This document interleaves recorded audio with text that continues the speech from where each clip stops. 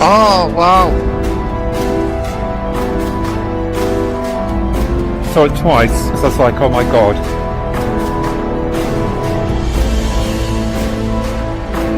That was just weird.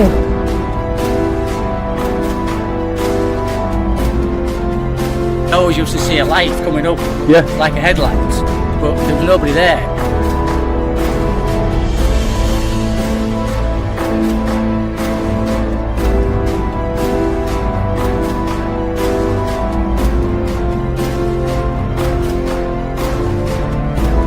Oh, it's just disappeared.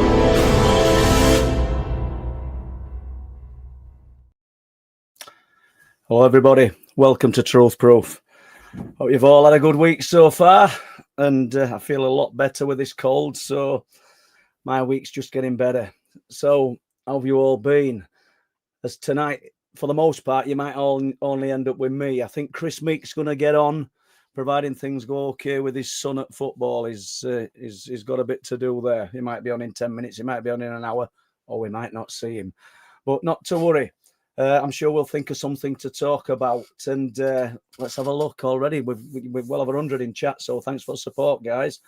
And as regards what we're on with on these Clifftops, we've not had a repeat performance of 2 weeks ago yet, or 2 weeks tomorrow, should we say, of that spectacular light display that we saw, myself, Ian, Pete. There was 7 of us, sorry. So we've not had that, but we're ever hopeful. We went up with minimal kit actually last night, hoping that might be a contributing factor to seeing something, if it's aware, if it's all seeing and all knowing. But it didn't help. But early days, you know, it's whatever it is, it's probably been around thousands and thousands of years, so it's not just one step ahead of the game, is it? Let's just have a look who's in chat here. I've got a few short bits of footage, only one of my own from 2010 of all times, just for you guys to have a look at. And I want some questions, please. Capital letters for Gemma, Alison and Lee, although I'll be flagging them up one of the questions, but don't forget questions in capitals, please. And I would just let's have a see what your thoughts are on these bits of footage that I'm going to put up. But first, we'll have a look. See Bob's in, Tom Waters, Susan Wiseman, Mike Disabled Welshman, Andrew Sheehan, Andrew Wild, Zero Dawn. I think Zeno will be in. Said that even we haven't seen him because it started with an X and a Z. Linny's in, I think. Mrs. Linny, Mia Girl.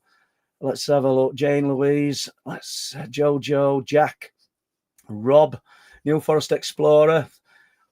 NM Grandma, all good. Tino, absolutely brilliant. And as I say, we've over 150 people now, so you know I can't get through all them names. Just be knowing that, you know, it's really appreciated.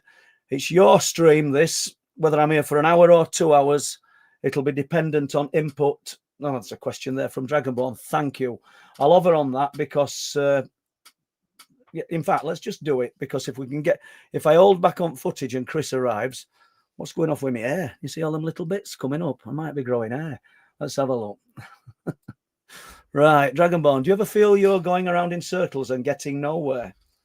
It's this sounds like the start of an advert that, Dragonborn, but it's a good question, isn't it?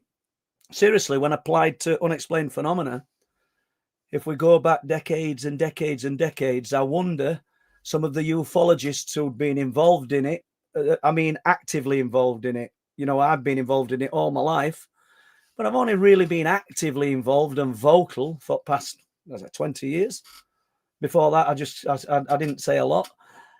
I wonder if they've seen many changes, or if we all keep coming round to the same, I don't know, the same place where we were at. I think there's been a shift. I think there's been a shift in regard to the way people look at what this phenomena is. And you say this phenomena, them, phenomenon, or is it one or is it many? I think there's been a shift. I think that a lot of people, and it does not necessarily right, but I've subscribed to this idea that it's all multi-phenomena and there's lots and lots of things involved. We've only got to, you know, we'll use the template of where we do this research, if you like, on the clifftops, because that's what you've got to call it. Anybody who wants to stand up in these lonely, remote places in the dead of winter, year round, year after year, adverse conditions, starts to rain, you don't go, you wait, you hope it stops, and sometimes it does. Sometimes you end up heading back. It's research, but we don't feel like we're getting nowhere. But what we've noted is that there's not just UFOs, or what people would term as UFOs, lights in the sky. We're seeing all sorts of things, and the voice phenomena, this disjointed voice phenomena, it is important, and the what people term the hitchhiker effect. It's a great word for it. I think we're what's known as host victims myself, because it latches onto us, and in some instances, depending on your mindset, you can let it get to you. And I suppose if you let them thoughts creep in that this isn't good, then maybe the phenomena morphs into things that aren't quite as pleasing and pleasant as you'd want. Did any of that make sense? We came away, you've heard us talk about some of these darker things that we've experienced, but 2 weeks ago, it felt great. It were a good experience. It were even to some degrees emotional, and it felt like they were a contact and of sorts, which we're going to work on hopefully and get even more. We shall see. I guess time will tell. I mean, it might go full circle, Dragonborn, and not play in our favour. I see Mel Suitors in chat, and I'm bringing Mel up specifically because occasionally he comes to Clifftops with us, and here's an example of strangeness that he's come up because he's heard about the lights, and he's a funny guy. He's Mel. He likes to laugh. He's really upbeat all the time. But we're there on the Clifftops dead of night. I think there were me, Pete, and Mel. I'm not sure if Linny were there. He's looking into darkness, and he says, on the side of the cliff, which, bear in mind, you're looking down. You're looking down towards Flamborough. You're looking down well over a mile, but close to us, just on the side of the cliff. It went in like a horseshoe. He said, I've just seen a red light up on cliff, like an eye. Little red light. And you think to yourself, we didn't think, oh, we don't believe you. But the more things that are happening in that, leaning in that direction now, you think, yeah, I think he did see that. He just come out of the blue. He just stood observing, and you're not all fixed in one spot. And he says, I've seen a red light. He says, it looked like an eye, just glowing, just lit up, switched on, switched off. What is that? I mean, I'm not expecting you guys to say, I know what it is, but what is that? Is that the unexplained phenomena? Is that connected to the UFOs? Because we're in a place where, on that cliff face, if you go further back on that hill, that's where Mick Sigson says, 1998 November, a spaceship landed. How far away is a spaceship from a little red light that lights up? I find them both equally intriguing, and I think all team that come up with us do. Do you know what? I seriously do. I think anything that happens is interesting for anybody. You guys at home, excuse me, or doing all your own research, even if you don't class it as research. If you're actively looking into something, even if it's in your home and you've got strange disturbances, then you're researching it, aren't you? You can't deny that fact, and you're documenting it. Then that's what you're doing. It's sort of urban science. Is that a word even? I don't know. But let's just level us in. Zindra, Katrina, New Forest, we've done you. Jojo, Dragonborn. Let's have a look. Tino. Excuse me. Andrew Sheehan. Jane Louise, we've done. Linda. Let's have a Sally. Hold on, I've got a question here. If I start scrolling down people, I'll not get these questions. Apologies. Let's have a look. Steve O'Neill. Steve 071. Why do I say Steve O'Neill? That's the known one. Paul, when you moved to Brid, how long was it before Bempton became to your attention? Did you first go there due to reports? Great. Isn't that a good question, Steve? Because obviously when I came to Brid, the things that happened in that book, Night People, had stopped at about the age of 14. And when we moved to Brid, 1993, Gemma's doing moderating now, so she'll remember. She probably knew nothing about anything that had happened in Night People because I didn't really talk about it. But it started, and I'll get to your question in a minute. It started straight away. The strangeness kicked in within days of getting that property, and we didn't move into it straight away. It were uninhabitable, and I were coming up on a weekend and working on it. And eldest daughter Sarah were coming up with me. I don't think Gemma came up, although she was next to eldest, but Sarah were only one old enough really to help, if that makes sense. So the phenomena started again, which kind of tells me that there's some kind of plan set out here, not necessarily just for me, for us all, because I can't believe that it started. Everything was just perfect. All these perfect synchronicities, it fell into place. So get to this property, the strangeness begins. I'm working on the house. A month or so later, we move into it. I get a job straight away on a building site. We're working all over the place, and I've become good friends with Steve Ashbridge, still are to this day. And Steve's got an interest in Unexplained due to things that had happened to him as well, which he's never really touched on. So I'll not. We might get him on here one day doing that. Oh, I saw Amelia in chat as well. And if it's the same Amelia, we may have Amelia on Sunday, and it might not be a long story, talking about something that she saw. So thank you, Amelia. It was great to have that conversation. And I spoke to another lady earlier today as well. That's another UFO sighting. So where am I?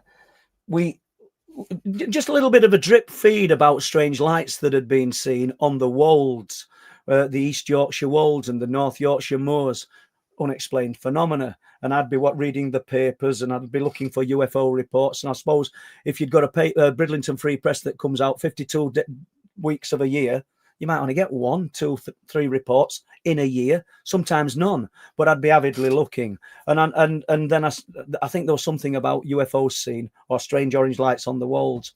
So myself and Steve Ashbridge started going up onto the East Yorkshire wolds, and a farmer contacted me at Staxton, and he because by this time I'd started the ILF, the Truth Proof ILF website, Intelligent Light Forms. So the farmer contacted me, and we started going up onto the wolds, and we were seeing these incredible lights, these strange, big glowing orbs of orange light that punched into multiples. But we also noted that from where we were observing a lot of the time at a place called Cottam, you got a full 360. It was brilliant. You could see Staxton Wold in the distance, and you could see inland towards York, and you could also see out towards, which would have been Bempton or Bridlington first and then Bempton. And these lights were appearing over there as well. And then I started talking to fishermen. There were a fisherman, Tom, got working on the building site. He moved away from fishing for a while and started work on building site. And then he started telling me about things that they'd seen out at sea. So that drew me to Bempton because you've got these viewing platforms. You've got this incredible coastline, and then when I got talking to the rock anglers, it sort of stemmed from there. So that's basically how I got going up there. Now it's possible, that it's still happening. But well, it's not possible. It's still happening on the walls. But how can you divide your time? Jeremy, who comes up with us, he were up there last night.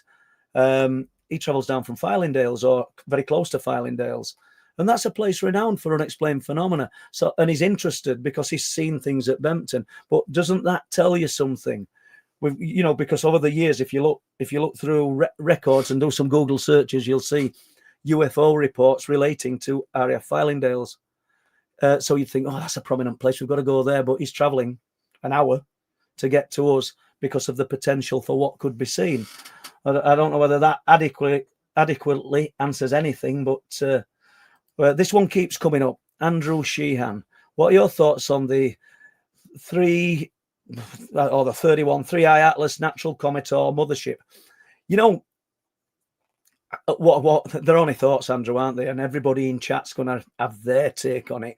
And my thoughts originally were that this is a natural comet, but people were talking about it last night on Clifftops, and apparently there's other bodies coming off this that have been noted, and they're in perfect formation, and they're discharging a gas. I think it was every 17 seconds. Now, forgive me if I'm wrong, because I'm recalling from a conversation I was listening to last night. I'm not going to say it's an alien mothership. I think we'd be crazy to say that. But it is interesting that another body, another giant celestial body's entered and come into the frame, and we're looking at that as well. I think it's coming from another direction. And this Atlas, it's changed course as well. I mean, all of these things are probably unnatural for the habits, should we say? We know it's not a sentient thing, or is it? But unnatural. So I don't know. It's a difficult one. I guess time's going to tell. And let's hope if it is some kind of visitation, as your words, not mine, alien mothership. Let's hope it's for the good of mankind, because I saw no good in firing out our DNA blueprint into space and just advertising where this great herd of potential food sources. It's a frightening prospect. And, there you go. So let's have a look. Let's have a look. Right. Yes, Sally, can you please say happy birthday to Andy Sheehan? Many thanks. Andy, happy birthday, mate. I hope you've had a great day. You've had plenty of cake. And, well, I don't know whether you're young, but thanks, Sally. And happy birthday, Andy. Yeah, excellent. Let's have a look. Right, see, paranormal visitors as in. I have got a bit of footage to share, but I were hoping if Chris Meek came in, we'd go through it together. But let's have a little look at. I'm going to read this if I can find it, and then show you, because obviously there's a little bit of a backstory to this bit of footage, and I've literally caught. If Chris comes in, I'll just leave him in back while we get through this, because I've had an habit of stopping the story halfway through, so it's not fair on you guys. So, Horseshoe UFO, so that's what we've called it. 4th of September 2023. At the time, the witness was living in a village called Cranley, which is 10 miles southeast of Guildford, Surrey. And then we'll do it in his words. I was out in my back garden just taking in the sun. It was one of those beautiful sunny days. Laying on the grass playing with my 2 dogs. I happened to look up into the clear blue sky. There was not a cloud in sight when I saw a misty cloud appear from nowhere. It couldn't have been more than 500 foot above me. That in itself is weird. That's what he's saying, not me, but he's right. The cloud was almost like a plume of smoke, venting, get your teeth in, Paul, venting from an industrial chimney stack. Then from the cloud appeared a craft. At first I thought it was some kind of vintage World War II plane, but the strange thing was it was flying sideways. And it wasn't, and it didn't have any propellers. So, that is a little bit confused with that. Let's have a look. It just didn't seem right to me. It came out of the cloud. As it came out of the cloud, I noticed an extremely bright reflection dotted on various parts of its body. At first, I assumed it was the sun's reflection shining on the body, but then I thought it was way too bright to be the reflection of the sun. Just bear with me, people. The bright light reflecting from it, or from the craft, was instantly pulsating from the brightest part of the white burning, and it was white and burning almost bright red. His words, not mine. I was just mesmerized. I couldn't take my eyes off this craft, and he's calling it a craft, as I followed it across the sky. It seemed to be out of control, as if whoever was flying it, or whatever was flying it, was having trouble steadying it. When it was directly above me, I could see things in more detail. The misty cloud had totally disappeared and it was in full view. I could see so clearly parts of the craft started to rotate. Now, he did send me a drawing, and I have got the drawing, but I've not got the drawing to show you guys. There's lots of writing on it as well, but there's a bit of footage. Eventually changing into a horseshoe shape. Right. There was what seemed to be windows appear, and I swear I could see some kind of being looking out of the windows, 500 foot above him. I'm not saying no. I'm just running this past you guys to let me know what you think. It was very disconcerting. Just gave me the most eeriest of feelings, as if whatever it was looking out at me from the craft didn't like me looking up at it. I grabbed my phone and managed to get a brief video as it headed south towards the coast, which is about 30 miles away. And I mean, let's face it, how many people think to get the phone? I mean, we get punished all the time. Why didn't you get your phone? Then I put a short on in week, didn't I? The interview with Jim in the forest. They watched it all night. Why didn't they get the phones? They were terrified. That's why they didn't get the phones. Right. As it continued on its journey, you can clearly see If you zoom in, that it is a horseshoe shape with a glow that wrapped around in it. It was still flying erratically. Once this whole experience happened, I went back into the house. My youngest daughter just looked at me and said, "Dad, are you okay? You seem like you look like you've seen a ghost." I sat down with her and I told her what I'd just seen, this bizarre thing that came out of nowhere and flew straight over the house. I showed her the video. For the rest of the day, I couldn't talk about. For the rest of the day, I just couldn't talk about anything else. I just couldn't comprehend what I'd seen. This experience had a profound effect on me, and it took about 3 months or so to come to terms with it. What I saw was real. Even now, it still haunts me. It's lucky I got that little bit of video, and Paul, it was real. I immediately sat down and made some notes about the whole experience. So that's that. Now, we'll put this bit of footage on. Better get right one, else you'll all be laughing at me. And literally briefest of bits of footage, but have a look.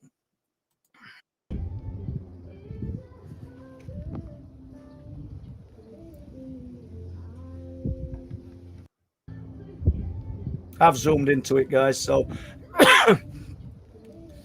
and then I just punched in to get a bit of a horseshoe, get that shape, so you see what shape we're dealing with.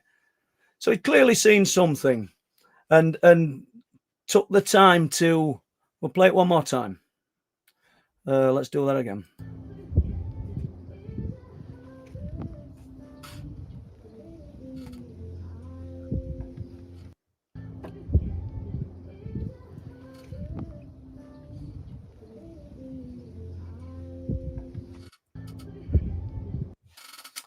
Okay. So, what are your thoughts? You know, with the backstory, it becomes so much more interesting. If I'd have just been sent that bit of footage, excuse me, I would have, you know, and no backstory. And they said, "What do you think this is?" I managed to film it in my back garden. I'd have probably said an escaped balloon, the letter C.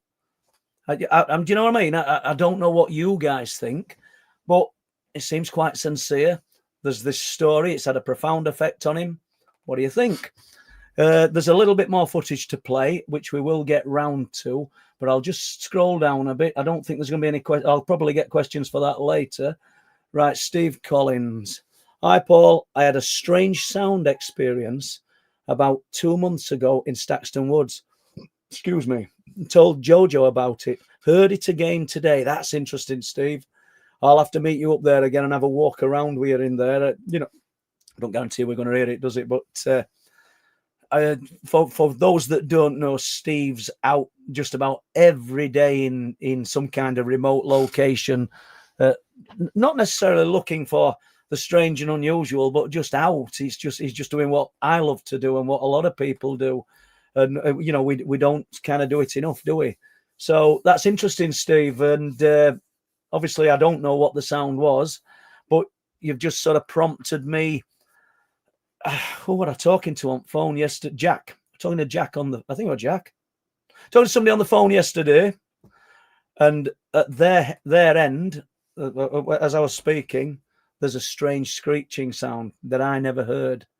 Talking to Linny on the phone, probably about 6 or 7 days ago, he's got it on speakerphone. A voice shouted louder than between us on the phone. I didn't hear it. It was Pete. I was talking to Pete on the phone yesterday, and he heard the screeching sound, and so did his wife. And God knows what that were. It could have been some kind of electrical interference, I suppose. He said it sounded like some kind of bird screeching, but there was nothing here. Linny had it on speakerphone. I think his daughter heard it, the voice shouting. Probably another, I don't know, going back 2 weeks, my wife and Gemma, who's in chat, doing moderating, were talking on phone, and they had to put the phone down because there was something breathing and trying to talk on the phone. Mary put the phone down, left it a minute, rang again, and it was doing it again. This is odd. This is strange. You know, is it conspiratorial? I don't know. That's strange. I'm not hearing it. But so there you go. Then there's no sign of Chris yet. So we've got that strange experience in Staxton. I feel loads better, guys, today. So Deb Shaw's in, O'Connell, Jojo, Jack Hills is there, Andrew Wild. Let's have a look. Let's have a see what Andrew's got to say. Hey, Paul, have you had any more Dogman encounters in Danes Dyke Woodland or anywhere else? It's not so much me, Andrew. That's what I like about these stories. That's well, experiences. Let's not call them stories. I think that belittles the witness a little bit or draws it down, because their true experience is what they're having, and that's what I like about it, because you're putting on, or you're putting out there, other people's experiences, from the guy in the invalid scooter to the guy coming home on the night shift, to Michael, who had that incredible sighting that walked at the back of the car, to the guy stood at the bus stop. There's loads of them, and he adds to me. It just adds strength to my words, because it's not just me spilling out a story and not saying, well, this witness, I don't want to talk about it. It don't exist, this witness. Well, because I just could be a good storyteller.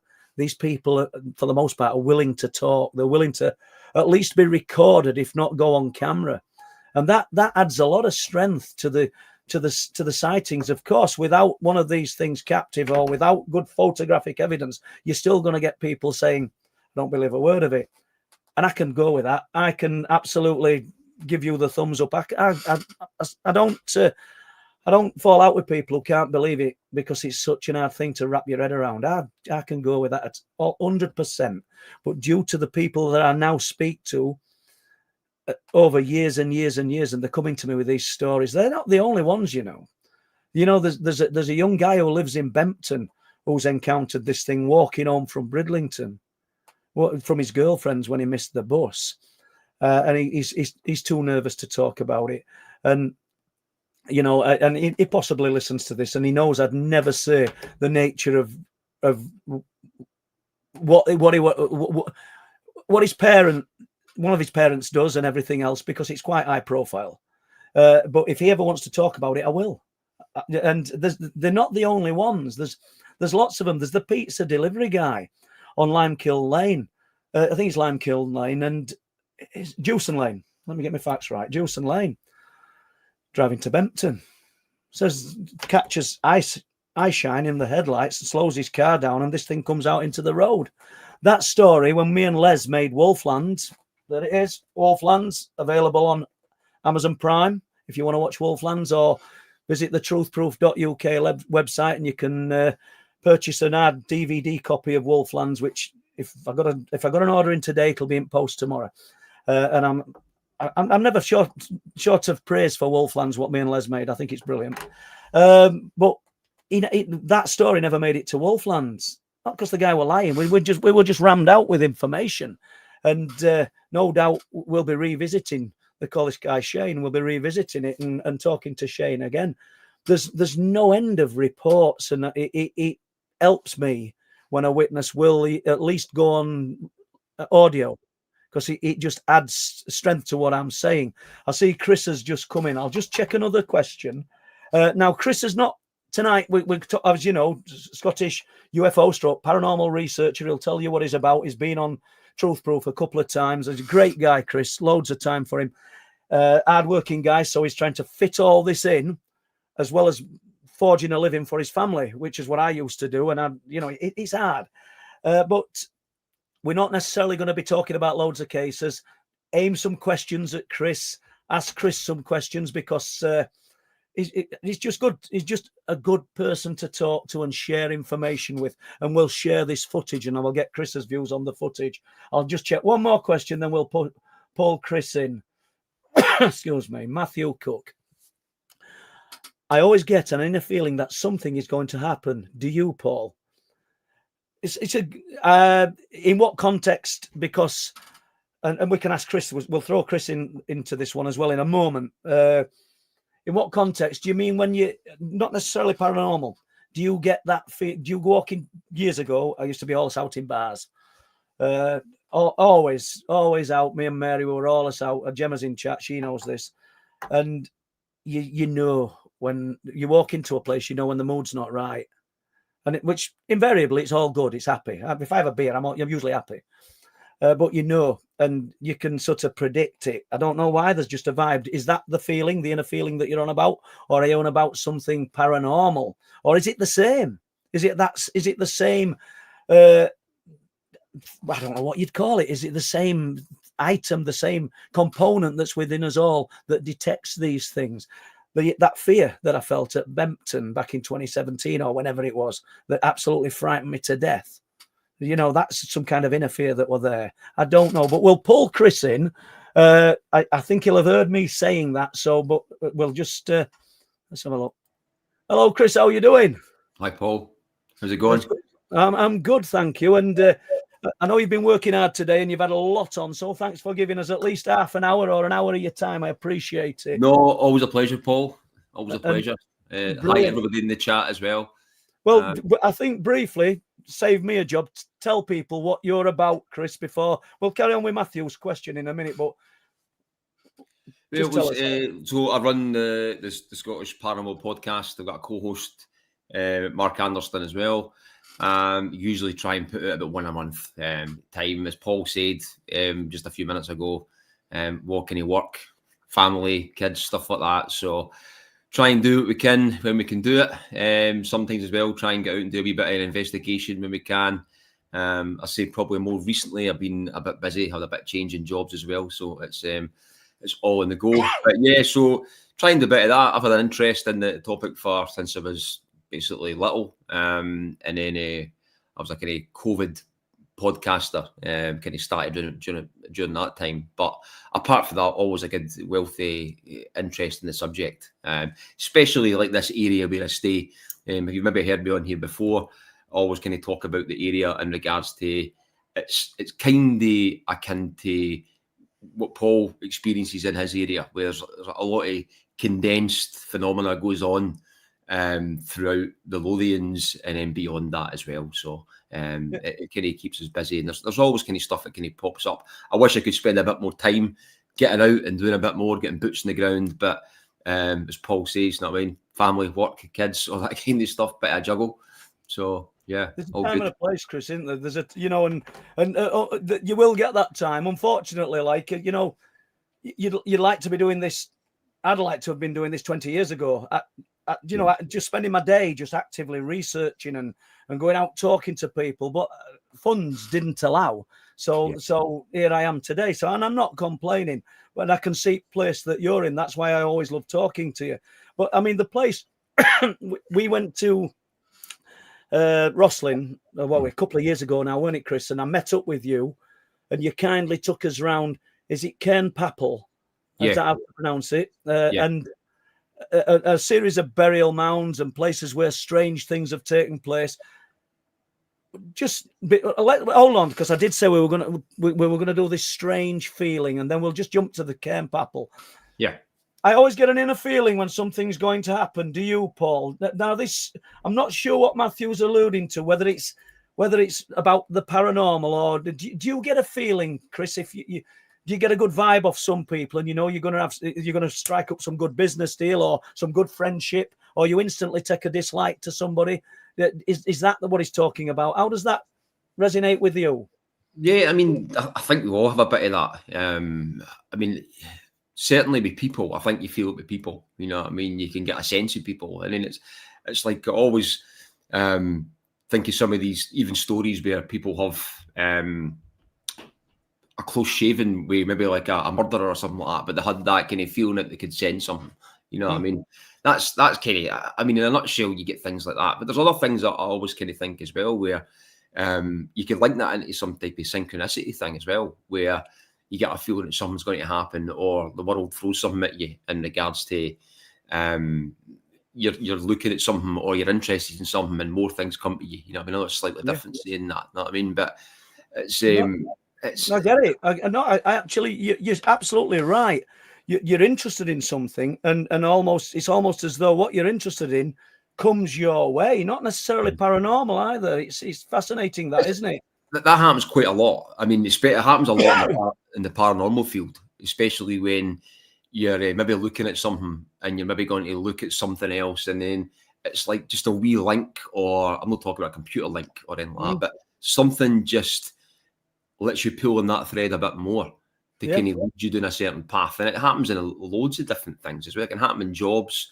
You could maybe having some issues with your job, and you're thinking about constantly about maybe you want a new job, and then before you know it, you've maybe got a couple of things coming to you. It's like you almost like manifest it in some sense. And there's one thing I kind of linked it to, and it's like it's not a theory or anything like that or whatever, but I was kind of thinking when you get synchronicities, one other aspect to that is I was talking to my wife about the phone listening to you, right? Because we all know that happens, right? We all know the fact that if you've got your phone on in your room and you talk about something and you talk about maybe going camping or something like that, then you start seeing adverts on the computer for like tents and sleeping bags and stuff like that. You know what I mean? We all know that happens, although the companies say that they don't do that, but they do it. They do it. It does happen, right?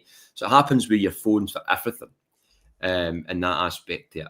So I was getting to the point where, so it happens if you type something into Google and then it will start firing you some advertisements usually or sales or whatever. It happens with your phone. It happens with you typing stuff in. It would happen if you're using basically your bank card somewhere or whatever else. But so it's like almost predicting what you're doing for the behaviours you've got, right? And I know, bear with me, so I'm going on a tangent here, right? So we were starting to, my wife are talking, my wife's not in the paranormal field or anything. And I was kind of talking to her about that. And I was talking to her about things where you get to the point where you're thinking about doing something and then you start seeing stuff. And you've no looked into it. You've no pre-empted looking at anything. And you're starting to get wee kind of things coming in, adverts or things like that or whatever, for stuff that's coming through your feeds. Is it the point you're just maybe noticing things like that because you're interested in it and there's loads of stuff coming past, you've never noticed it before? Or is it something else that's happening? And I was kind of thinking, like, so the algorithms that basically do the stuff in regards to your phone and your typing and all that kind of stuff, it starts feeding you stuff that it thinks that you want to see or what you might be interested in or what you might buy and all that kind of stuff. If you look at what would AI look like if that was involved in that, like 100 years down the line, it would look like synchronicity. It would start giving you stuff in life that you think that you maybe want or be a part of your manifest and all that kind of stuff. So I don't know. It's a bit of a tangent there, but that's just kind of... do you know, I don't think it might have been a tangent, but you know, I could relate to that. And I think it's probably stopped a few people. Some of you might have already thought it, but you're absolutely right. And it's that level of what's observing us that's frightening, isn't it? If frightening's the word. You know, what is taking in this knowledge? And if it's the thought process that it can take in, how does it do that? Do you know what I mean? Because you're spot on. I think we've all done it. I bet you everybody, you know, that we're going on for 300 people sat here. I bet you everybody's thought it, even if they've only mildly thought, I've only just been thinking about that. And look at that. It's just popped up on my phone, that, or I've just got that advert for that. It's nuts. So it's the right place to talk about it because it is a kind of unexplained or unknown phenomena. Yeah, and when we were talking about that question earlier, and do we sort of have an awareness when something strange is going to happen? You may or may not have, because I know you've been busy, heard us talking about this light that we had, this almost visitation a few weeks ago. And we've been not trying desperately, but we're hoping that it's gonna build on it. And we've seen a few little bits, but nothing like 2 weeks ago. However, I think it was last Friday. Lenny will correct me if I'm wrong. Well, but we were all up there and we sat on this crescent of seats. You've been up there, Chris. Yeah. I know you were. It were a flying visit, but you came up there and we're in the dark. That's how dark it is. 2 people walked up. We've got 7 cameras set up with little neon lights flashing, and they didn't even see us. And I see this guy or woman, we don't know because it was that dark, stand and stop and look back at camera. We never said a word. And they're about, I don't know, 20 yards away from us. They go up onto stand and they look at another camera, and there's only just a neon flashing. And I think Jack shouted, just mind the cameras, mate. Which is fine, just letting them know. Because last thing you want is somebody to think, I'm taking these. Because there were 7 or 8 men there. Do you know what I mean? Yeah. So they knew that. But my point was, before they come, general consensus was we all felt something building. The mood had changed. Now, we know we can just say that, and that it might have just been a load of hot air. But we genuinely all felt that something was stirring and we'd got some kind of connection. There was a different vibe to the air, if that makes sense. So, yeah, let's just go down a bit, Chris. We may as well take some questions, Chris, if Yeah, go for it. you're happy. Oh, you're going to talk about Kieran Papel. We can catch that. I've wrote it down. No. I can see a question here, but you're sharper than me there. Let's jump back to the place where I won't say you do all your research, but it's not far from your home. How many miles away are you?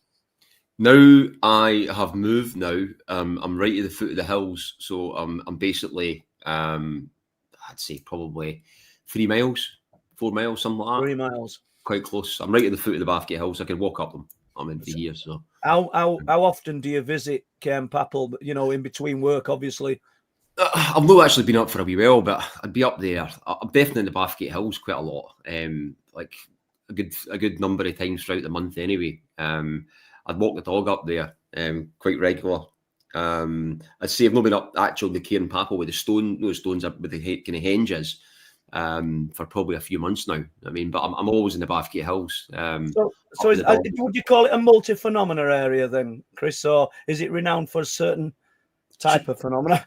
Excuse me. There's a lot of different things. If you've maybe heard them talking in the past, I mean, there's the key. If you've not heard the stories before, what I've talked about, so you've got a henge that sits up in the prominent hill in West Lothian.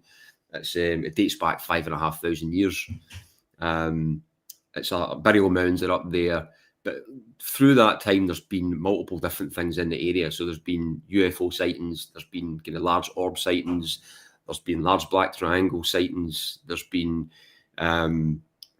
almost kind of like creature light type kind of sightings. There's been a funny one that actually somebody had sent me, which was it was an American author who came to visit Scotland, and he was at Kieran Papel, and he called it a small story about a thunderbird.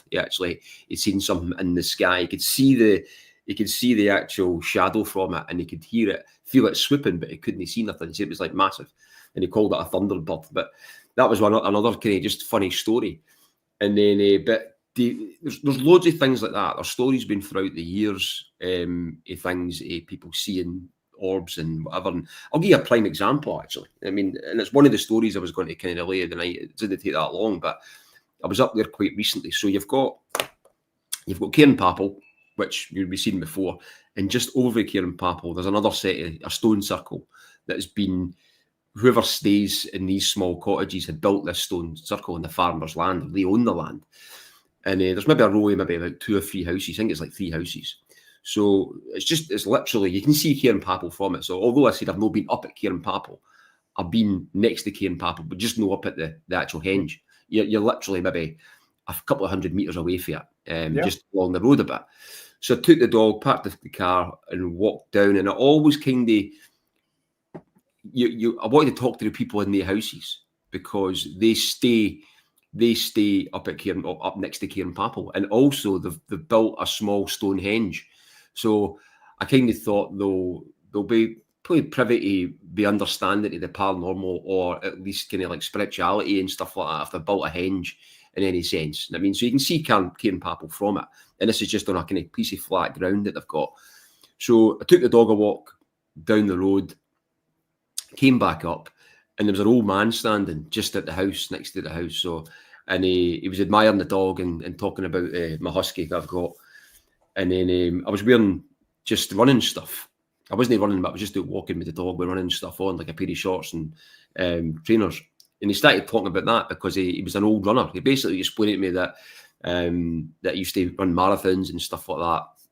The guy was about 80 or something, right? But he was talking about that. And I said, he goes, I've not seen you for a while. Because I'd go up there and do a route. And I said, I've kind of moved house now, but I'll still come up periodically, and I'll maybe go on different routes. I'm up here now and again. And I kind of thought, I'm going to mention something to him, slip it in the conversation about the paranormal or something like that.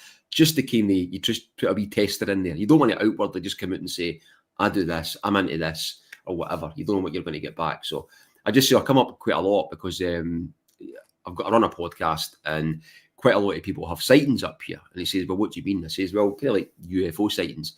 And his first kind of thing was, "Oh, you into all that? you into aliens and UFOs and things like that?" And I said, "Yeah." He goes, "Do you believe in all that?" I said, "Well, I believe in some of it, and I'm quite interested in it." I said, "But quite a lot of people kind of get sightings." So he never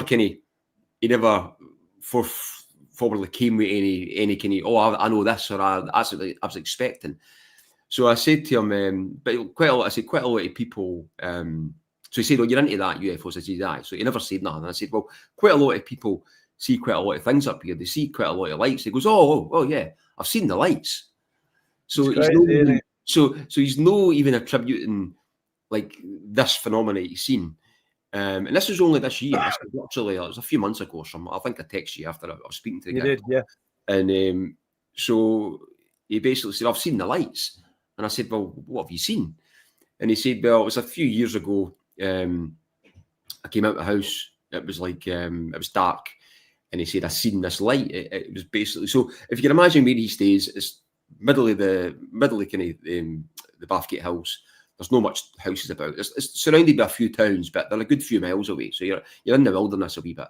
Is the just sorry to break in? Is the landscape bare as well, or is the trees? So the landscape's generally quite bare, and then but he stays in this long road, right? So it's like if you drive up the hill of Cairnpapel, and before you kind of start to head back down again, there's a wee road that runs away down, and you can see right down the road for the better part of probably, I'd say, 3/4 of a mile, Right. and that's banked with a set of trees all the way down it. But you'll maybe have sporadically maybe a line of trees running down the middle of like a farm line or something like that. But it's mostly like farmland and stuff. So I said, what did you see? And he said, "Well, I seen this oblong light." He said, and he basically described like a tic tac, as in, I'm not saying tic tac, but he described like a. He said it wasn't an orb, because I was saying I wasn't saying it's an orb because he might have known knew what that was. But I said, was it a spherical shape? Was it round, the ball shape? And he said, no, it was like, it was long. It was long. And I said, like a cigar. He goes, "No, really, it was like more like a kind of," and I said tic tac, and he said, "Well, yeah, something like that." He said it was long, and it was just above the tree line.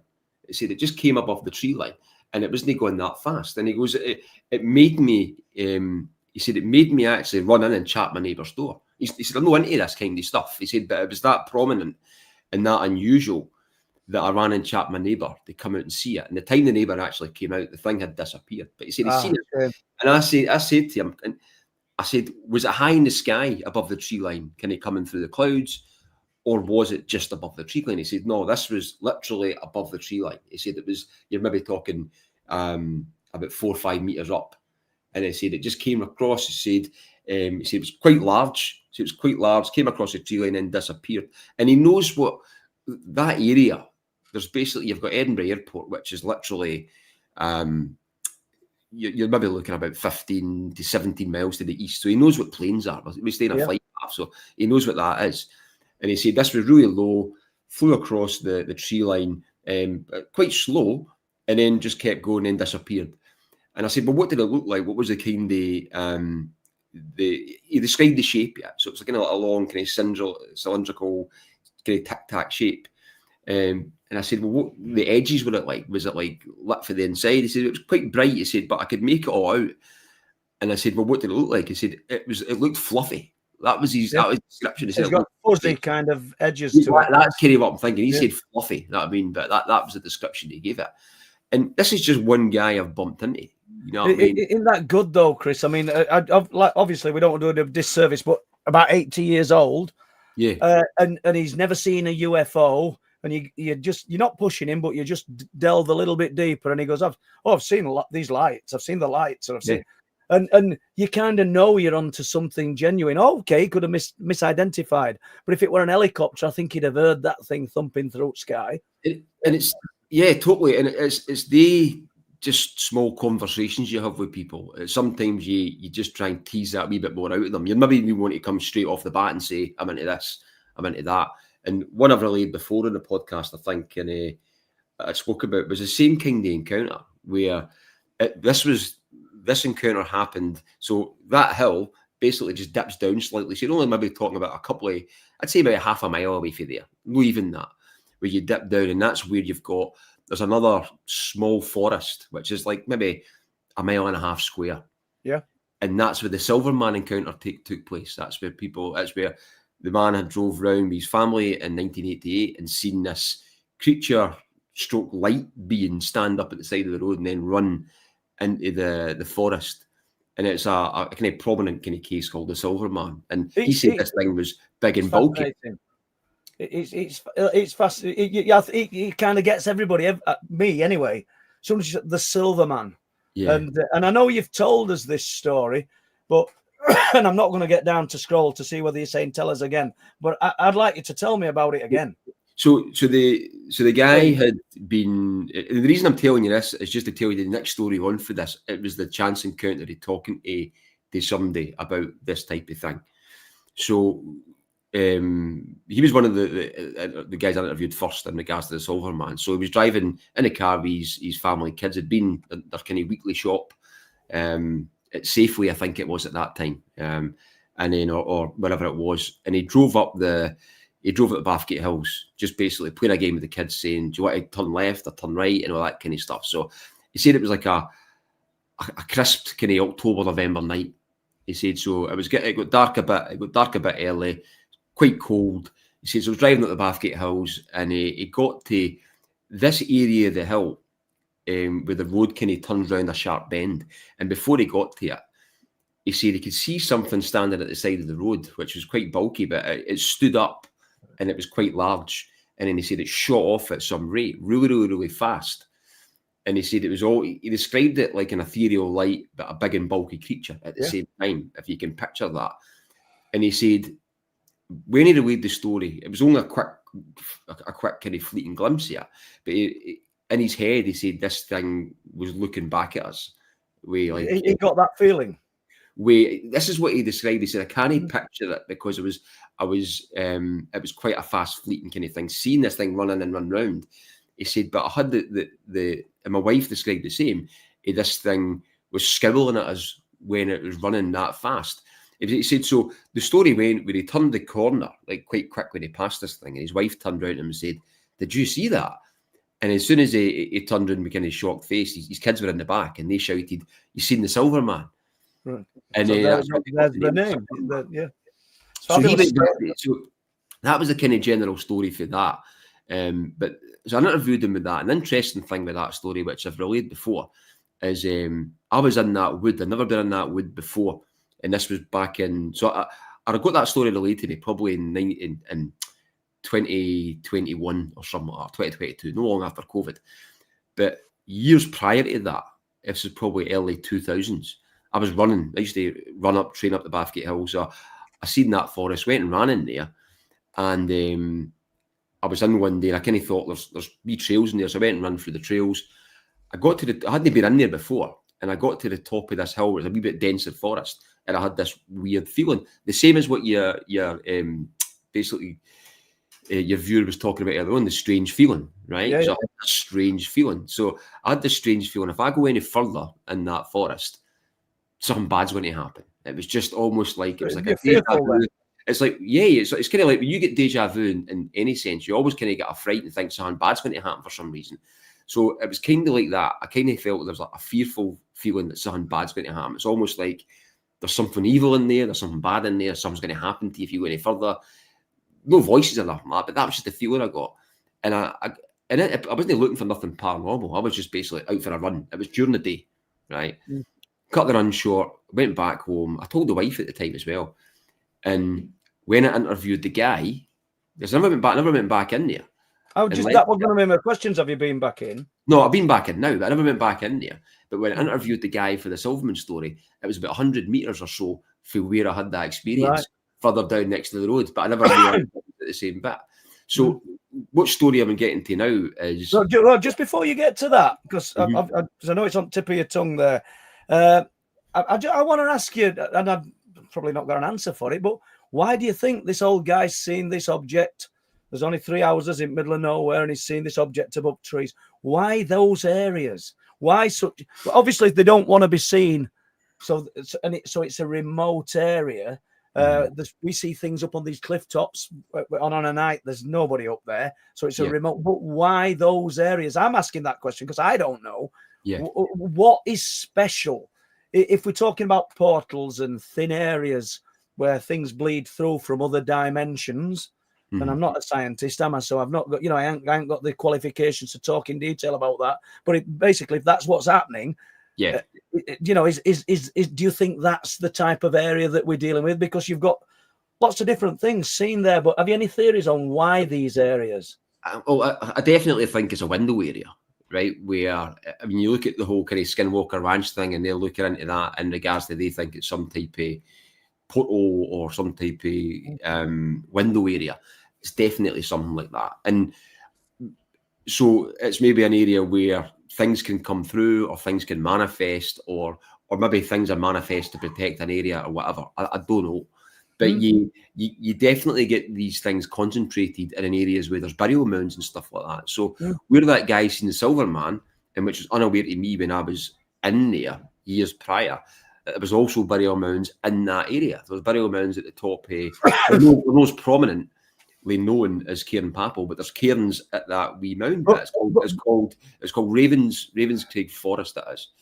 So do you think then, Chris, that the burial mounds? So early man, or a lot earlier man, should we say, who've placed these monuments of obviously great importance to them. Do you think they knew the significance of the land? Because they've not got.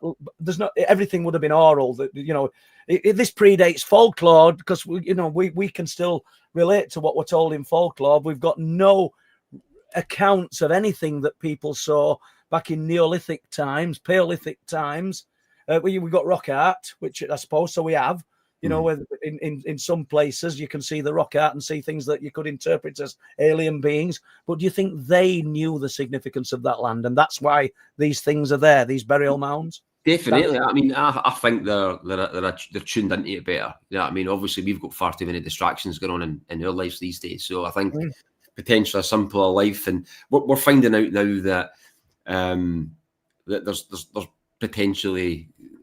We're looking at like the telepathy tapes and things like that. There's potentially the option that people can have psychic powers and be telepathic and all that's kind of, even looking at like the whole psionics thing and what the governments have done and all that kind of stuff. So it's definitely a thing. But I think that it's a thing as we talked about this before, it's a thing that we've lost. You know what I mean? And maybe they've been more prevalent to understand where these areas are, and that's why it's been in there. But the thing with that whole area, and there was another kind of thing as well where I had bumped into what we're talking about, just these small conversations where I bumped into a couple one winter, and it was not long after I interviewed the guy with the Silver Man, and I'd done the exact same thing as I'd done to that older gentleman, where I was walking past him. I was getting late in the evening. We started talking about cameras and stuff like that and taking pictures because it was a nice sunset. And then I'd asked, they came out a trail, that same wood I'm talking about, they came out a trail, and I said, does that lead to the top of the cairn? And they said, oh, yeah. And I went to walk in, and I says, I better watch out in case the Silver Man gets me, to see if they knew the story. And then the woman looked at her husband with a kind of funny look, and that's when I kind of asked them, I said, have you seen anything? And I only added that wee kind of thing in to see if they would prompt a response for them. Yeah. And they said, yeah, we have. And I was expecting to come out with another kind of cryptid-like story. But what they seen is, they said that October, so this must have been, so I must have interviewed that guy, and it was... Is this 23? It was maybe 21, 22 or something like that. Right. And then it was like the year after or something, or the winter after. And I'll need to go back and check my dates. But anyway, they said, yeah, we've seen something. And I was expecting a story like that. But what they actually seen is, they seen a large white sphere in the same area going down behind that hill, going down the back of that. They said it went out of view. They said, we know what planes are. We stay in a flight path. And they actually said that. Then they went to say they seen this large sphere. They stayed in Bathgate, and the lady says she'd also seen something come out the cloud one day when she was doing the dishes, and it was almost like she caught it. She looked up at her window, seen it, and it shot back up into the cloud. Right. And she said that her kind of take on it, she said, I think only certain people can see these things. And one of the most interesting things, the guy had a story where he actually had seen things. He'd seen another kind of UFO when he was younger in the kind of same area in Livingston, which was next to the Bob Taylor incident. But what he did say is, he said in 2015, he seen a large black triangle over the town of Bathgate going into a cloud. He said it was that big, it was like an aircraft, it was either the size of an aircraft carrier or an aircraft hangar. It was something like that. It's a really huge, massive thing in the sky, daylight. He said it go into the cloud, they could see it pulling the cloud into it. And he said he looked in all the papers and everything, couldn't find nothing on it. He kind of thought people would have seen it. But he's never actually came out with these stories. He's relayed them to me and stuff like that, but that's that. He's never actually came out with the podcast. It's one of them that you're probably hoping eventually is going to hear you maybe mention it without going into too much detail that you're going to give him away, and he's going to pluck up courage to talk about it. You know, I've got stories like that. It's frustrating, isn't it? Yeah. There's a lot there, but what I kind of wrote as a thing down there is we were talking about the window areas and stuff like that, and Mark Anderson stayed in a place called Markinch, and he used to talk about there'd been a lot of strange places when about there as well, things happening and things like that, and sightings, and they've got stone circles as well. And the interesting thing with that is, I've kind of mentioned in the past, was he had mentioned that to me, and we're going back to the synchronicity thing again, right? He'd mentioned that to me, and that there was a lot of strange things in Markinch, and I never even knew what Markinch was. I hadn't kind of researched it, looked into it, knew where it was or whatever. And then my mate, not too long after that, said to me, and he's known to UFOs, known to the paranormal, and he basically said, look, my friends were at this wedding, and there's a few girls got a picture, that picture I showed you, and they said they've basically, this thing was in the picture between them. You can hardly see it, but like when he sent me the picture, I looked through and I mucked about with the colours and the hue and stuff like that, and you can see it. So basically, there's like 4 girls or 3 girls getting a picture with the photographer against like a tree, not a tree, like a kind of a bank of ferns, like a fir tree, fir kind of ferns, and then between them, sticking their chin in between them, is like there's like some really gaunt, thin face with teeth, and you can see it with. I forgot about this. Sent me that picture, just with the fulcrum down there, it's not really got like that part of the fulcrum with the part of the lip, but it's got grimacing teeth. And I kind of thought to start off with, I thought that's an overexposure. It's a real picture because you can hardly see it. I mean, you actually delve into it. And I seen the chat for the girls, and my mate would not basically talk crap to me or anything like that. And this picture's never been out there. There's no kind of thing that people are putting out in the paranormal field or anything like that. It's a picture that I've got sitting in my own bank and stuff. I've shared it with Paul and stuff like that. And seen, maybe showed a few people it. But this thing, if you show it me and you say don't show it to anybody, it don't go nowhere. And that's it. I mean, but it was mainly because there was people in the picture that hadn't said that I was allowed to kind of show it. So I basically showed it for their faces down, so you could actually just see this, whatever this creature was. It looks like a human figure, but it's really gaunt. It's got really, really thin features, and it's got teeth in it. So that was at Markinch, at the same, basically next to the place where the burial mounds were, right? No burial mounds, sorry, a stone circle, right? And then the actual, the hotel that was taking it was supposed to be haunted. So I was never aware of this place or anything like that, right? So Mark told me it. A few weeks later, my mate sends me that picture. A few weeks later, I get invited to a wedding at the very place. It's crazy, isn't it? It's almost like there's a build up and foundations being built, introducing you to something, isn't there? And that's how it feels. I broke into your conversation, didn't I, when you were going to talk about something else? Can you remember what it was? Well, there's one thing first. I was just thinking of the synchronicity thing. I mean, this isn't probably what I was thinking of talking about, but going into the whole kind of thing with the last conversation where people have seen a lot of kind of stuff in this area and it spreads out a bit further. So you've got, like, as I say, just back to the Kieran Papel thing, you've got Kieran Papel. There's multiple stories on and about here. There's basically stories that's had people being apparently maybe abducted, or they've had things we seen like black triangular type craft. There's been more recent ones where people have seen like landed craft and beans. There's ones where the Bob Taylor incident happened.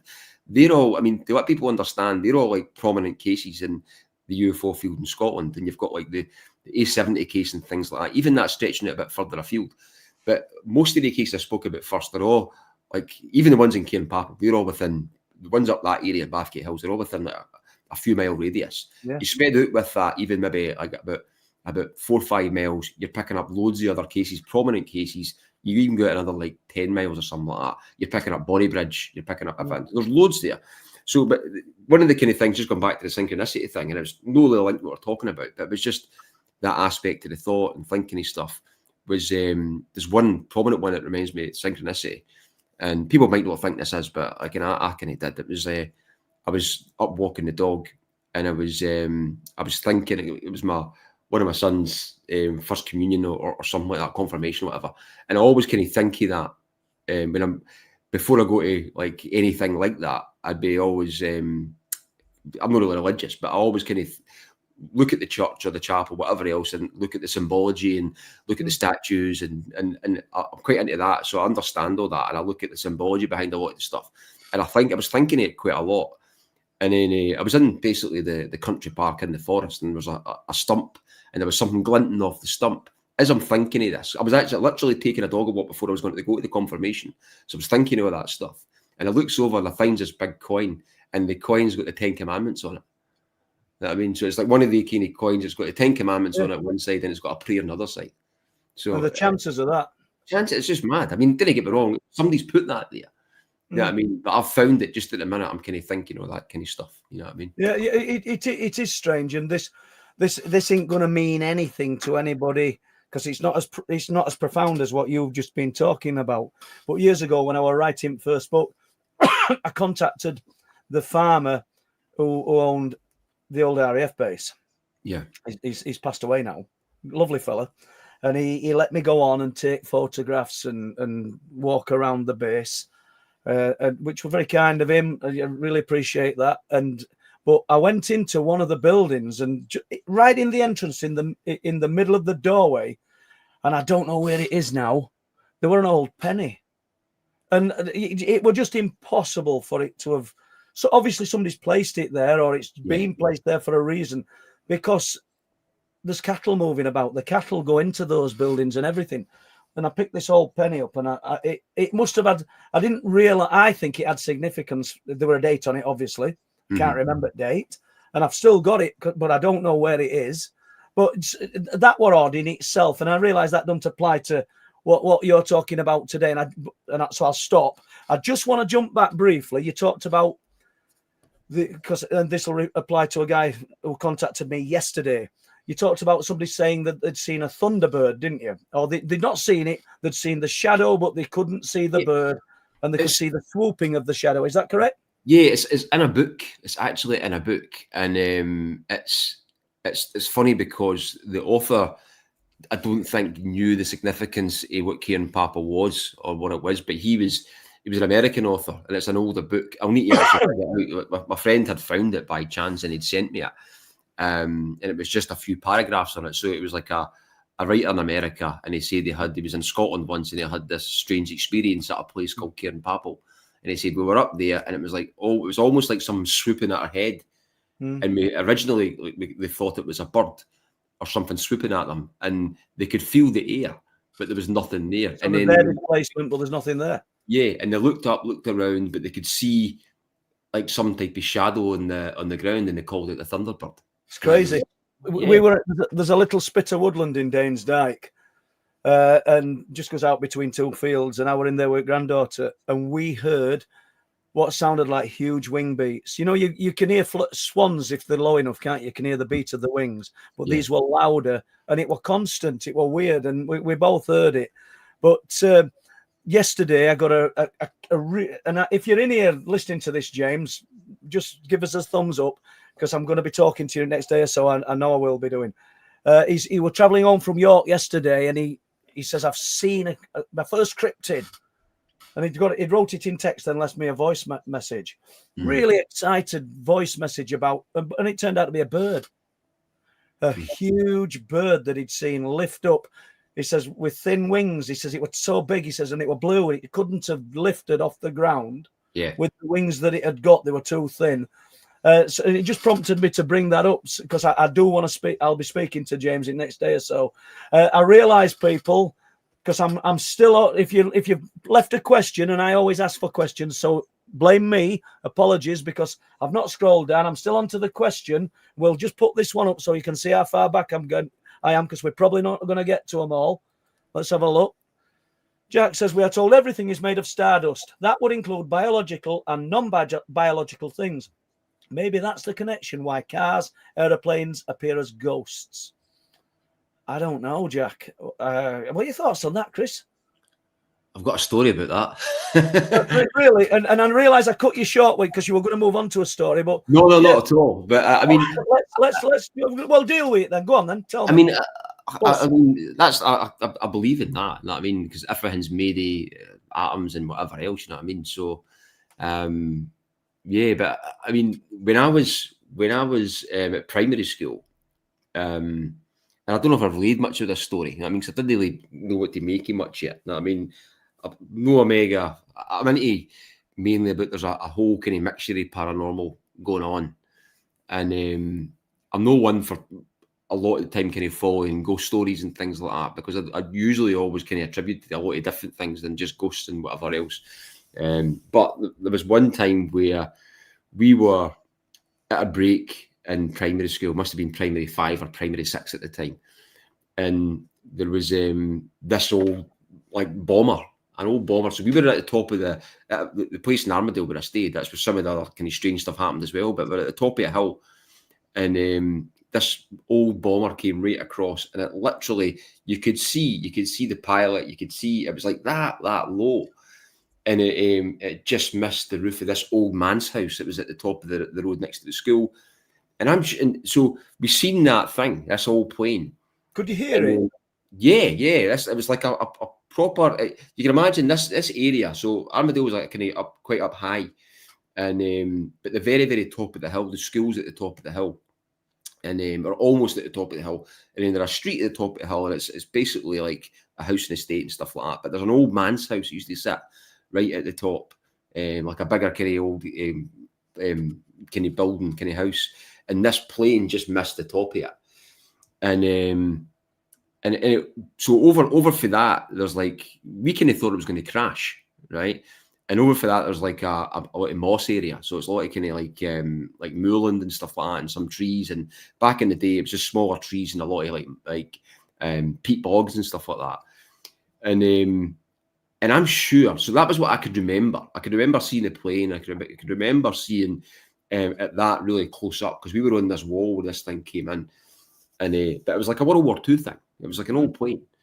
So I can remember us going to try and see if it crashed or something like that. But that's all I can remember. That is all I can remember. Strange, isn't it? And I reached out to, when I started kind of doing this, I reached out to one of my friends who I think's really know into this kind of stuff. And I'd said to him, can you remember back years ago when we were like maybe 10 or whatever, we seen an old like World War II plane? And he said, yeah, I can totally remember that. And I said, did it look like this? And I kind of was like a kind of German bomber or something like that, kind of looked like. And he said, aye, that's kind of what I thought it looked like as well. And I said, I kind of thought it looked like this. And didn't get me wrong, you could put kind of pictures into people's head and maybe think it is, but I say, this is what I think it looked like, a certain type of plane. I said, do you think that? And he said, yeah, but through time, when I was talking to like Mark about it as well, there was actually German bombers that crashed. Right. No too far. So if you kept going further up, there was like a place called Forth, which isn't too far. There was like area with the Pentland Hills where a number of like maybe German bombers and things like that crashed after trying to bomb like the naval stations or anything like that. It was up during the war and stuff like that. So don't know, was it a ghost plane? Was it no? I don't know. It was strange though. It's interesting. You know what I mean? We touched on ghost planes on last transmission on Tuesday night. Myself and Chris and listeners and Carnaby. Somebody brought up Carnaby's close to Bridlington, where I live.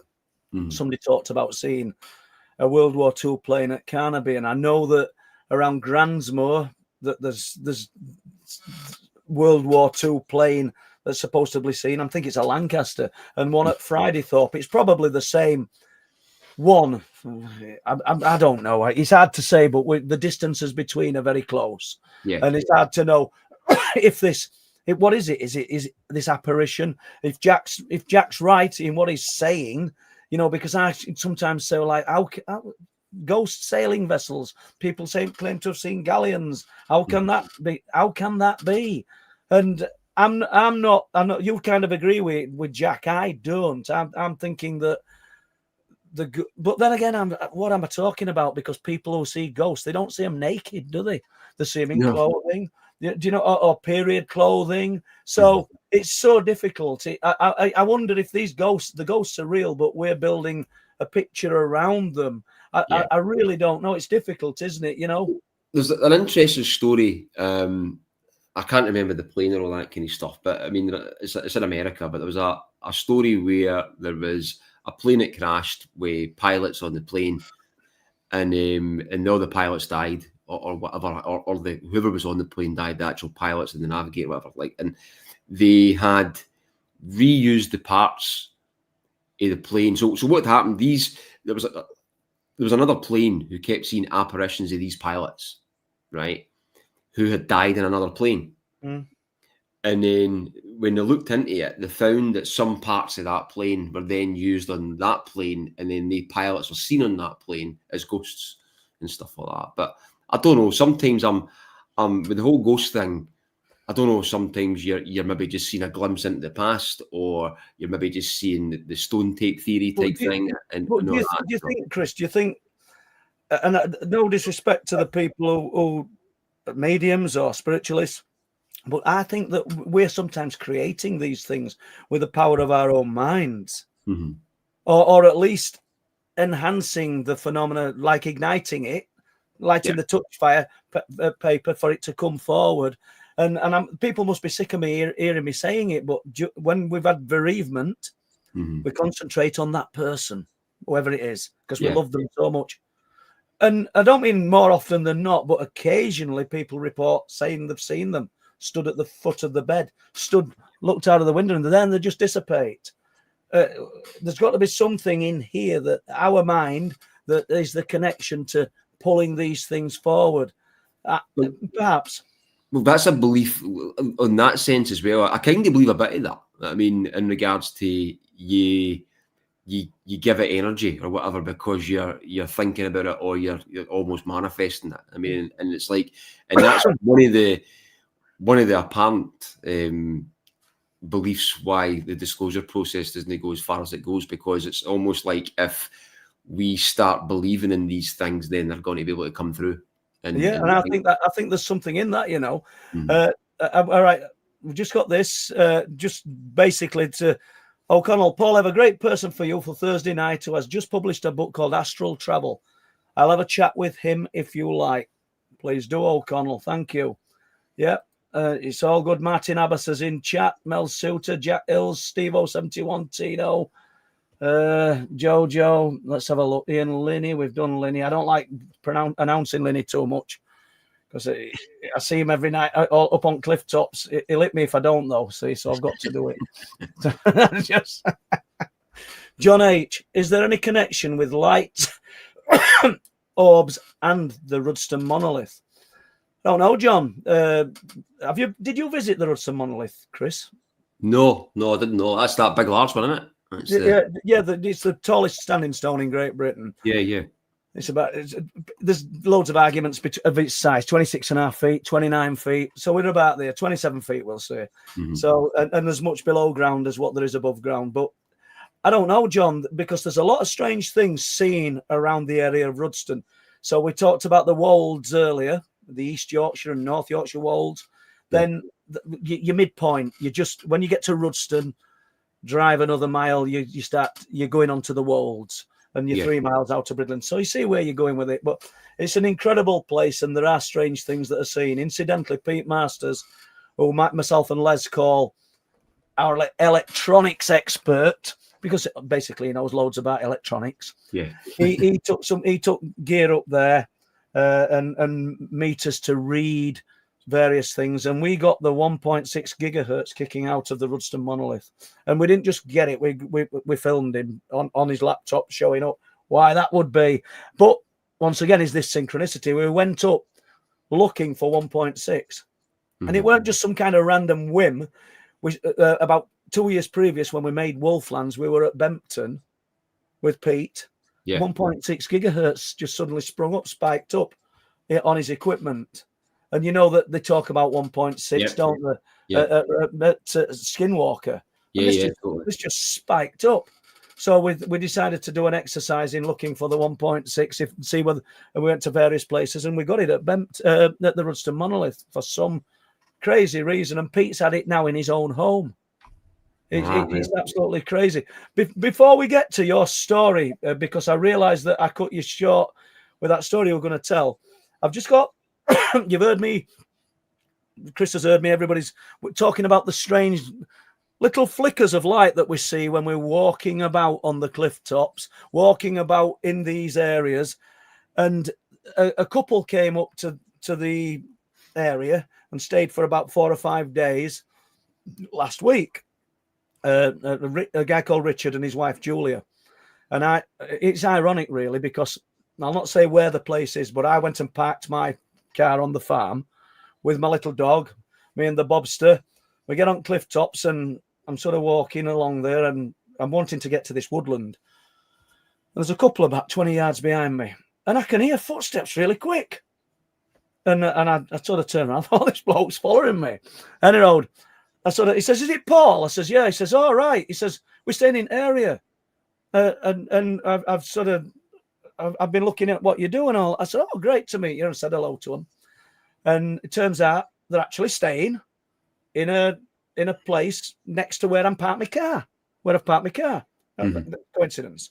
So I do my little thing and I arrange to meet him when I get back and just have a few words with him.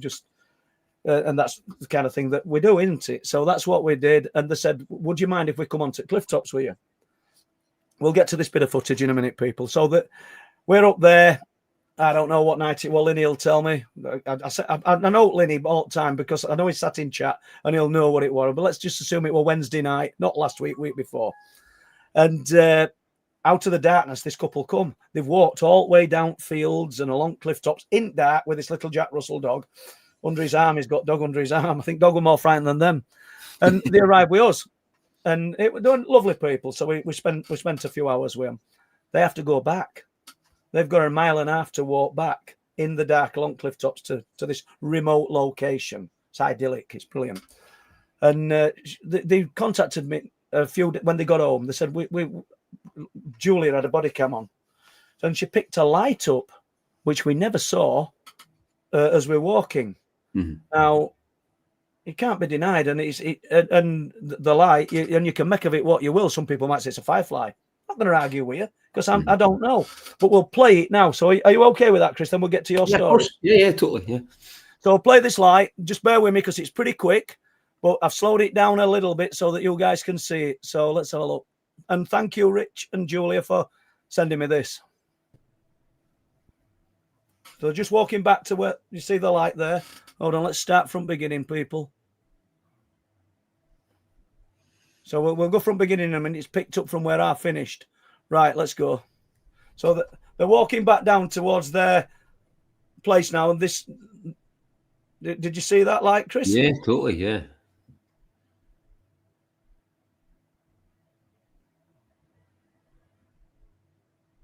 We've not really got any light-emitting bugs in the UK, have we? People talk about, we've got fireflies and things. So I'm not going to argue with it. I'll play it one more time if people want to. You can see it fencing. They're not on cliff tops now. They're walking down. They might as well be on cliff tops, to be honest. They're only like 400 yards from it.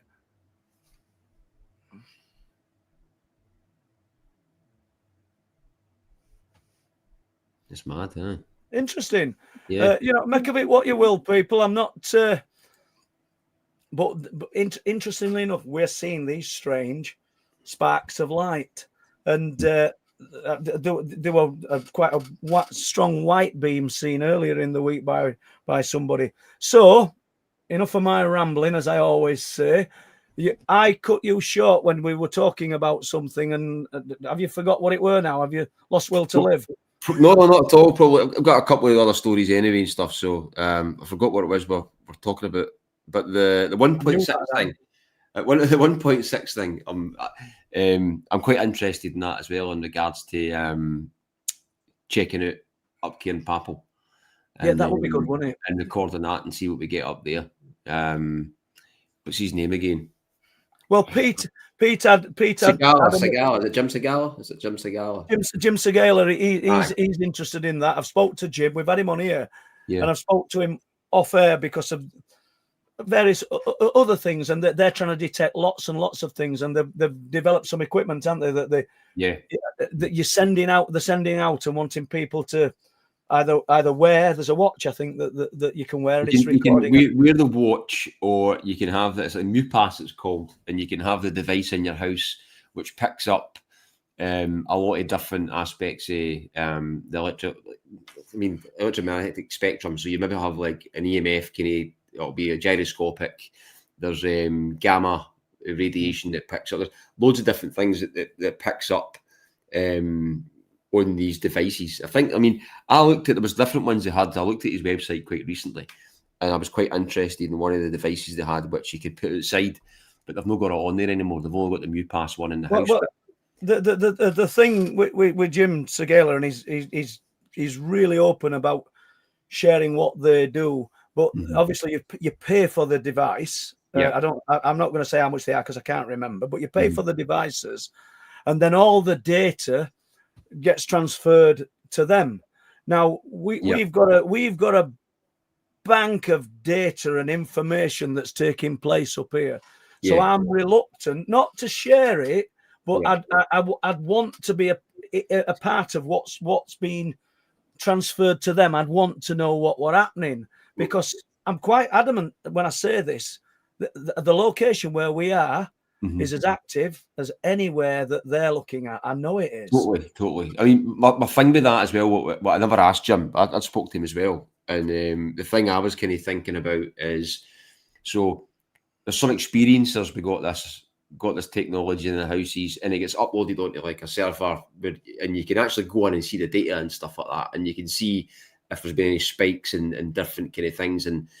And so one of the things I was kind of thinking is, who else is looking at that data? Although it's maybe put out to the public and stuff like that, because Jim Segala originally was working with, I'm sure it was Kit Green and Hal Putoff in that area. So Kit Green's been involved in the UFO topic for years, worked for the CIA and stuff like that. So it'd be interesting to see who's actually looking at the data. Maybe actually, I reckon, I don't know, it's maybe getting looked at with people in regards to trying to see who's interacting with the phenomena. Yeah, and if it's to be believed, the equipment that they're developing, that you're going to see patterns, and you're going to get an idea of when something's going to happen as well, aren't you? You know, it's fascinating, isn't it? I mean, we're just doing what we do, but it's no crazy. It's no crazy money for it. I mean, for the devices and stuff like that. But Mark Anderson, he was trying to build some of the devices himself, because you can buy some of the components and things like that. He sent me loads of information, Mark. We're a smart guy, Mark. Yeah, so he was looking at doing that, and that was like the conversation we're having, to maybe try and what I had in my head, what I wanted something where I could have it in the Bathgate Hills and I could leave it there. But the thing is, the issue you've got with that, which I'm not extremely tech savvy, but you need to have something that's got like a at least like a Wi-Fi signal to pick up, to send the data somewhere, or even just to record the data and bank it, and then a power source for that constantly. So it's going to, you could also get a power source where it'd be solar power, and then you could link it into that area, whatever. But I'd be interested to see if you'd maybe get different signals and stuff like that in that area. What I actually was thinking in my head was going to Kieran Papel roundabout fireworks night, right? And doing, but no on fireworks night, because you get people who set fireworks off days before and days after fireworks night. So I was thinking of going up there, and if we can get some devices like that and then set some rockets off that and see if it does anything, see if it does change, just so we, I mean, what's it going to prove? It's not going to prove anything, but it's going to give you a bit of realization of like the signals are there and whatever else. But the thing I found interesting with the gamma radiation, the gamma radiation, where, I mean, in my head, when he was talking about the gamma radiation, which you get spikes of that comes out when there's the decaying material and radiations. It's almost like whatever's happening is speeding up the decaying process quicker. So it's either, it's either for some reason speeding up that decay process, the background radiation or whatever else, or it's affecting time. Right. So when you look into it, I mean, but it's interesting, like a lot of the kind of stuff that you can get off it. But it's you need to know what to do with the data and stuff as well. Well, we need to speak to Mark and see how far he's got with that, because it's a good avenue. Shall we? Do you want to tackle a few questions? Yeah, go for it. And I've said that, and I can see there's one for me here, and that's not deliberate when I said that. Paul, when you had your experience as a child, have you ever had a feeling that you were taken from your bedroom? Were you made aware of any possible follow on through the encounters? No, I never had a feeling I was taken from my bedroom, and I don't know whether any of that question, any abduction related scenarios apply to you, Chris. Do they? I mean, we stayed in a weird house where loads of stuff happened when we were younger, and you'd chalk it up to poltergeist kind of things and people getting grabbed and things like that. It used to be an uneasy feeling in a place, and just a lot of things. I had like extremely strange dreams, you know what I mean, where you'd almost kind of chalk them up to being real and stuff like that. But nothing that I'd say I'd been kind of abducted or taken away or anything like that. I mean, there's one dream which I've not really kind of talked about, but it was a case of there was a thing with really, really blue lightning kind of eyes, like that kind of lightning, like electric colour eyes, like a man. And I could remember basically like get my back hurt and stuff like that in this dream. And it was just a strange dream. It was almost like it was blue electric coloured eyes. Yeah. It's just a strange kind of dream. And in the dream, I got through against a wall or something like that. But I could always remember at the time, I must have only been like 10 or 11 or something. But I could always remember thinking, this is a sore dream. You know what I mean? It was like something like that. And it was just odd. I mean, the house was really odd for the stuff that kind of happened in there. The reason I sort of zoned in on that, I don't know if he's still in chat, but John Paul Body were in chat earlier. Great guy. And I've met up with John, and he's definitely on the level, but he had some experiences in his teenage years. And what he saw had vivid electric blue coloured eyes. That's I know he'll not mind me saying that, otherwise I wouldn't have said it. But I just thought, a little bit of a switch came on then. Yeah, I had. Sorry to cut you off. I had loads of, as I've mentioned this before, loads of sleep paralysis. Between the years when I was probably 18 to 20, which like went for like every other week or every week I used to get it. But nothing. That was kind of the only thing with the dream kind of thing I'd say. Yeah. So interesting. So this question probably relate. Well, it might relate to you more than me, because I know that you probably watch a little bit more of what's happening on internet than me. So, have you seen the latest testimonies from the US? Really interesting quotes from the witnesses. I haven't. Zepp's toys. You can see how far I am behind with questions, guys. I do apologise. So we're probably not going to get through them all, but there you go. One of the interesting testimonies was from I can't remember the guy's first name, Boland. He worked in geospatial intelligence. He worked for BA Systems. He worked for the Air Force and like obviously drone warfare and all that kind of stuff.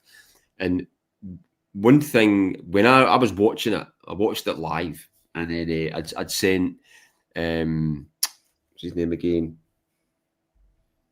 I think his name, top of my head. Colin, that's seen the triangle. What's his name again? Colin, you'll know. Colin Saunders. Yes.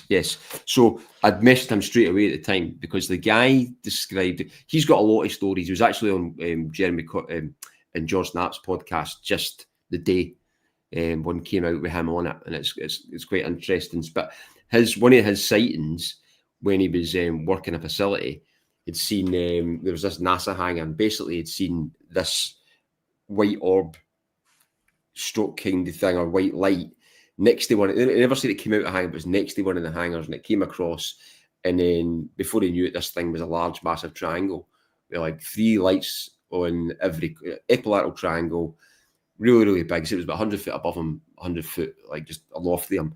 And he said it had like 90-degree angles going up the side of it. You could only see it from the underside of it.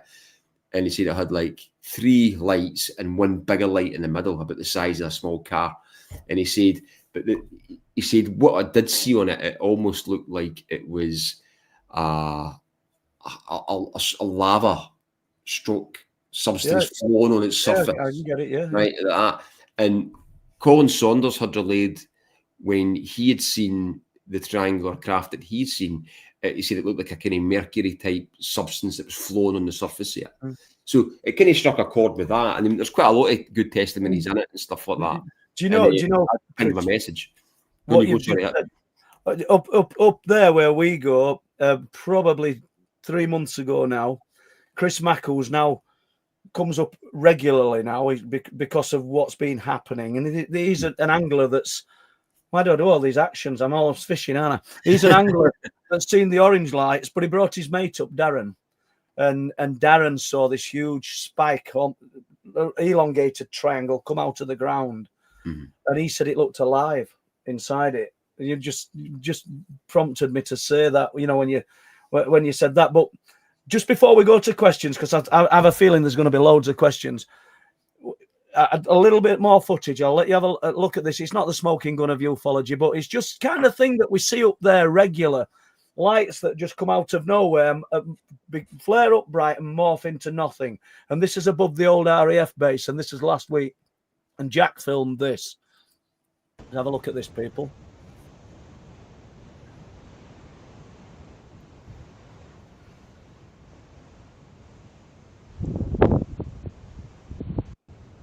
I've just dropped colour so you get a better view of it.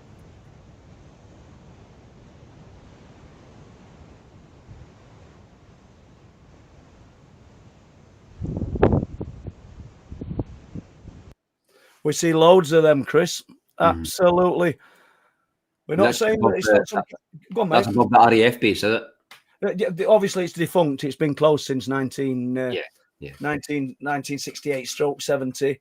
But it's just we don't really even talk about that kind of stuff because we see that kind of stuff all the time.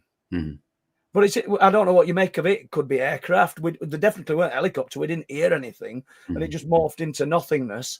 But you know, do you see things like that up there where you're doing? Yeah, I mean, as I said before, we see. I mean, you get a lot of kind of anomalous stuff in the sky in regards to satellites and all that kind of stuff and whatever, but you also do see things that turn. I mean, back in the day, I'd seen like a satellite, and it was almost like you talked about the kind of mind connection and stuff like that. We looked at it; it was traveling through, and we said, "I wonder what it's going to do when it hits that star." Jokingly, and it did a 90-degree turn. It literally it did a 90-degree turn. It did not didn't arc, didn't move, done that. But you get a lot of anomalous kind of stuff like that, and stories as well. Kind of go away. Yeah. So we've got Lisa, who I think further up said she'd filmed something of some fog that was changing colour, and I've captured this in. Send us the footage, Lisa. We'd love to have a look at it. Thank you. Let's just scroll down here a bit, Chris. I don't want to. Yeah, you're fine. Let's have a look. Rob Hilton or Robert. Any reports of any sightings on Saturday, 20th of September? Driving home from Hornsey to Hull, leaving, saw white and red lights in the sky. Saturday. Andy Barmby, and I'm not certain. I think this was Saturday. Let me just have a look. No, it weren't. Sorry, I thought Andy's was Saturday, but no, there were some white stroke red lights in sky on Tuesday, 16th of September. So I don't know, Robert, to be honest with you. But thank you, and it's worth noting. Everything's worth noting because we might find some patterns forming. Hold on, let's have a look. There's a little bit more to this. Humberside Airport had to go around with one of their Eastern Kemal flights, but the sightings were shortly after that. I mean, we noticed on Clifftops. I don't know whether it was Wednesday night. It might be Monday night, Chris, that we were observing because Jack knows what's in sky and what's not in sky. Former RAF, but also has all apps on his phone to check what's happening. And the flights, roughly about where we were at Bempton, were turning around and going back to Manchester. And it were due to drones at an airport. So I don't know where they were going. I asked other night, and I'm not going to get to answer because I can't remember where they said they were going. It were on news next morning. So There's been drones in Norway and in Germany as well. At some of the bases or some. It was Germany. It was Germany. Yeah. Let's just put this up because I do agree, Orange Job. Wolflines is by far the best documentary. Well done, Paul and Les. Thank you. Appreciated. It's on actually on Amazon Prime. But and on art, it's as good as out there. 3 years of hard work. We didn't film Wolflands, and I think you know this, Chris. We didn't just go in for a weekend and come out with loads of content and big wows and oohs and we've got enough and we'll make a documentary out of this and we'll sit down and do it. It took 3 years, that. Yeah. And fair crack to Les, because I kind of dragged him all over the place into places he didn't want to go, you know, forests in night and all sorts of things, overnight stays. So yeah, I'm more than proud of it, and I 100% agree with what you're saying. And I said it on last transmission other night, and it sounds a bit sore, but I guess it is because there's tons of cryptid researchers in UK. You see all these sites. Nobody mentions Wolflands. Yeah, are you all jealous, lads? Yeah, that's all I can say, because I've got people like Ron Moorhead, I've got people like Matt Emch, I've got Daryl Denton, all good researchers in US that rave about Wolflands. Yeah, do you know what I'm saying? That's the thing. It's the amount of time behind it, where you've got the filming, the witnesses, the going to the locations, the editing. I mean, editing itself just takes like forever. You know what I mean? Oh, absolutely, loads and loads of work in it. But as I say, I probably won't mention it again because I mentioned it Tuesday night. I was up on my little rant. Right, Paul. Have a look. Matthew, I sent you another video the other week. I got my phone out of my pocket because I had a feeling something was watching. I saw and tried to video a Tic Tac thing. Yeah, it's it's strange how that feeling comes on us, Matthew. It really is. And what can I say? There's videos coming out of my ears. I followed a guy up today. Another one, let's have a look. I think he's called Matthew, and he sent me a picture, which I'm not going to get to. I'll get to the picture right now, if that's okay with you. And that's it. Oh, it's Anthony. And there's the picture, guys. I'll open it up now. It's going to come on screen. You see that picture there? And that was sent to me a few years ago. And that is just a grab off his old phone.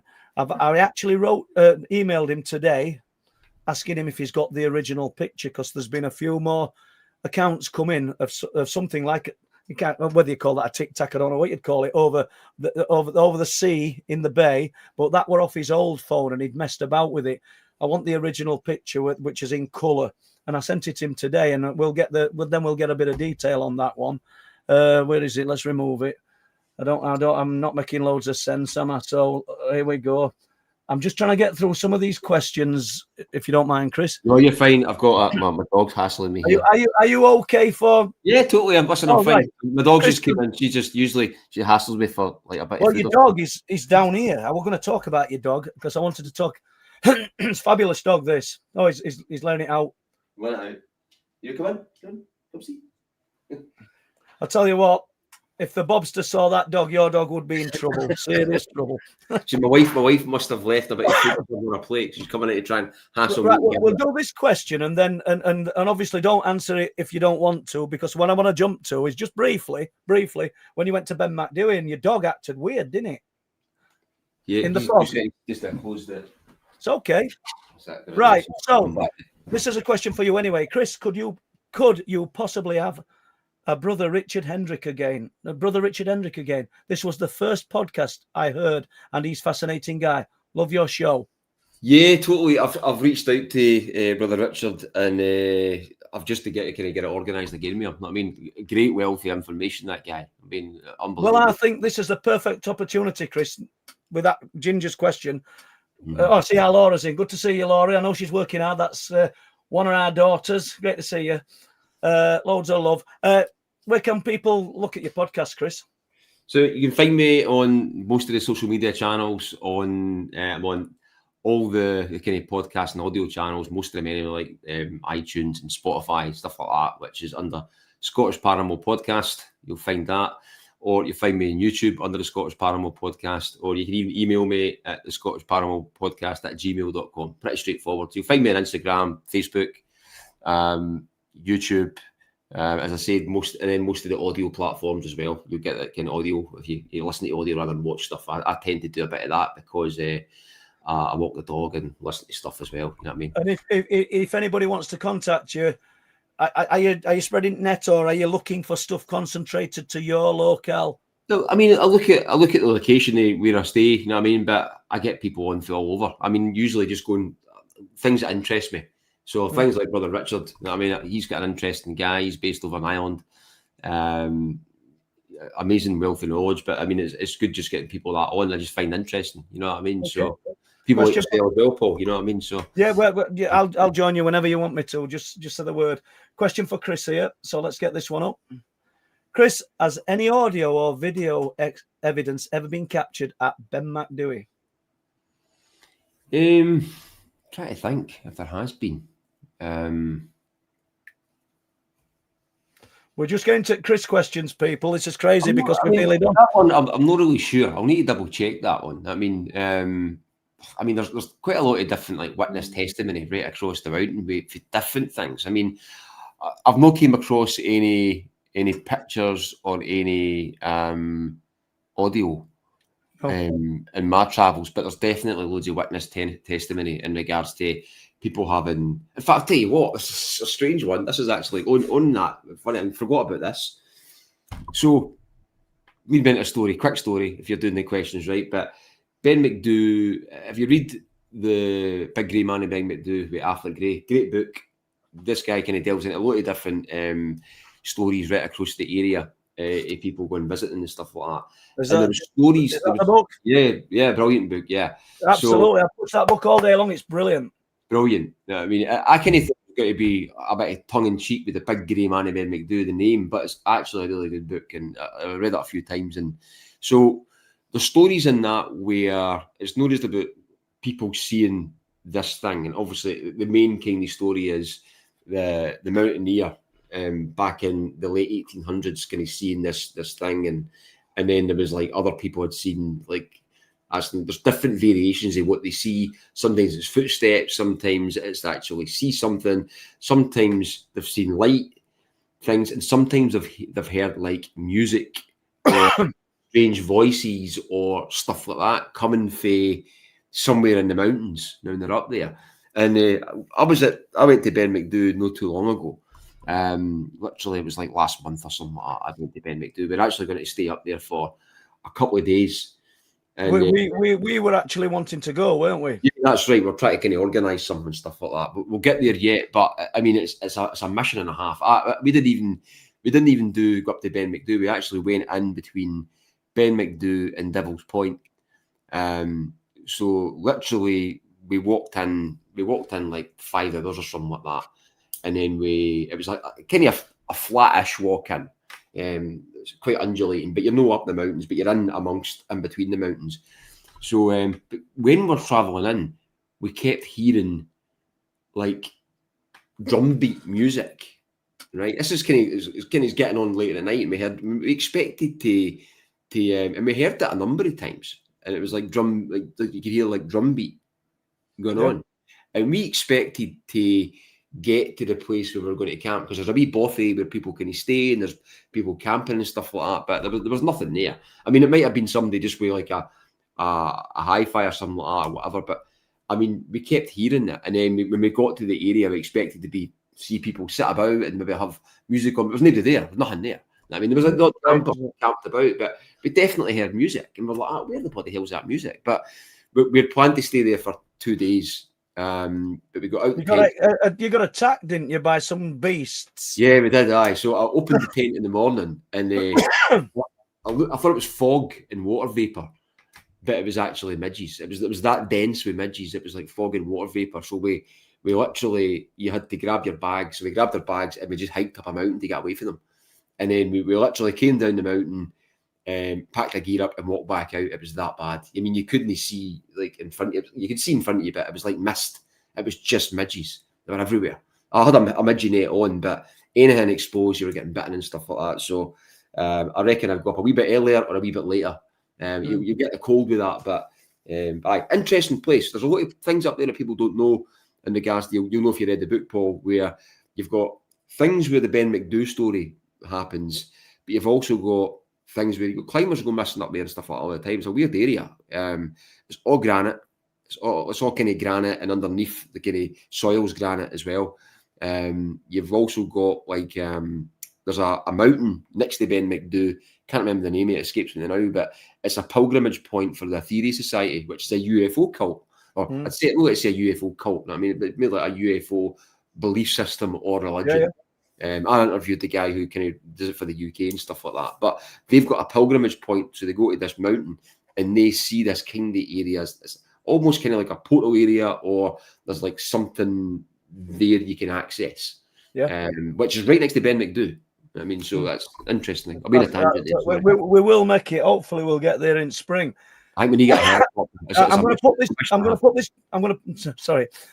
question up just out of respect for Steve. We're not. I don't think you should answer it because we've got 10 minutes. We'll come back to it if there's no more questions, because it'll be a long one.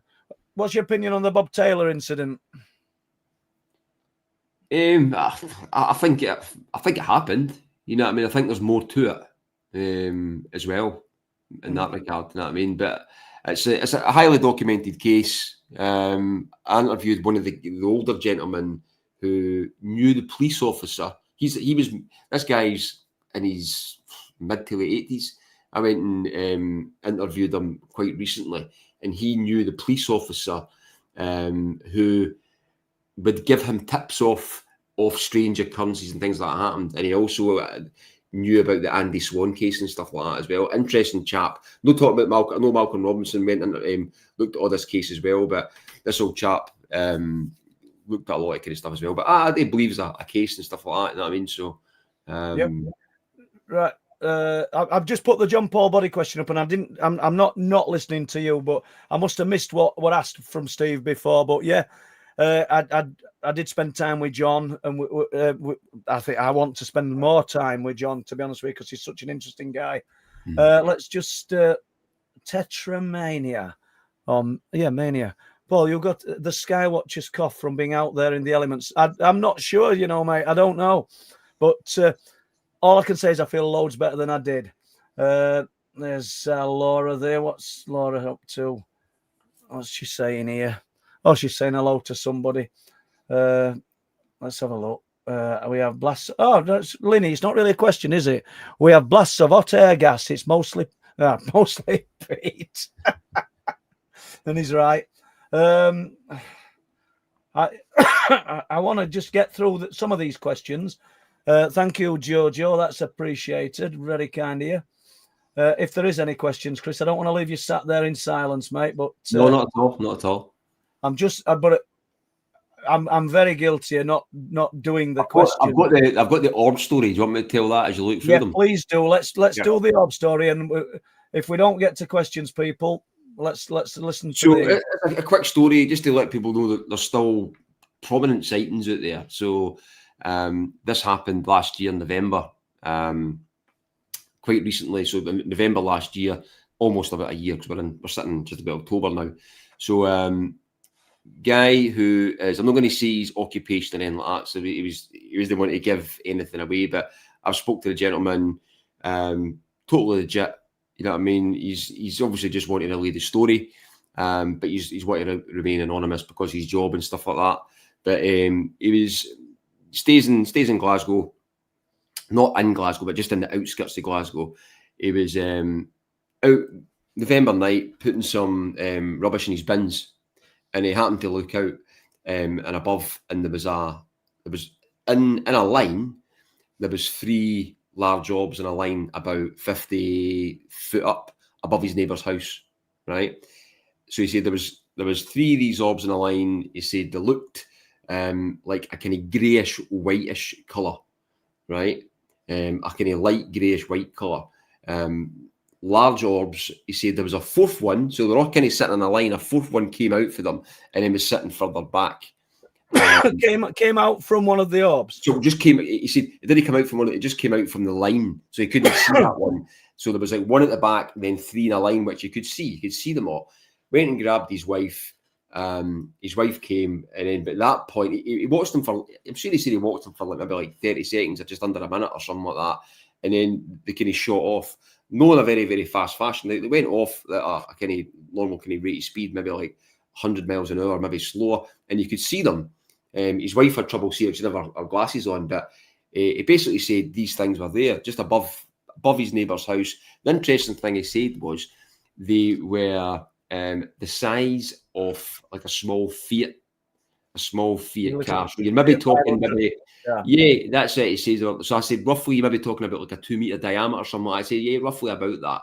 So he works in an industry where he basically, not giving away his job or anything like that, but he'd be a good kind of witness for like spotting planes and stuff like that. He knows what's in the air. He said these things, totally silent.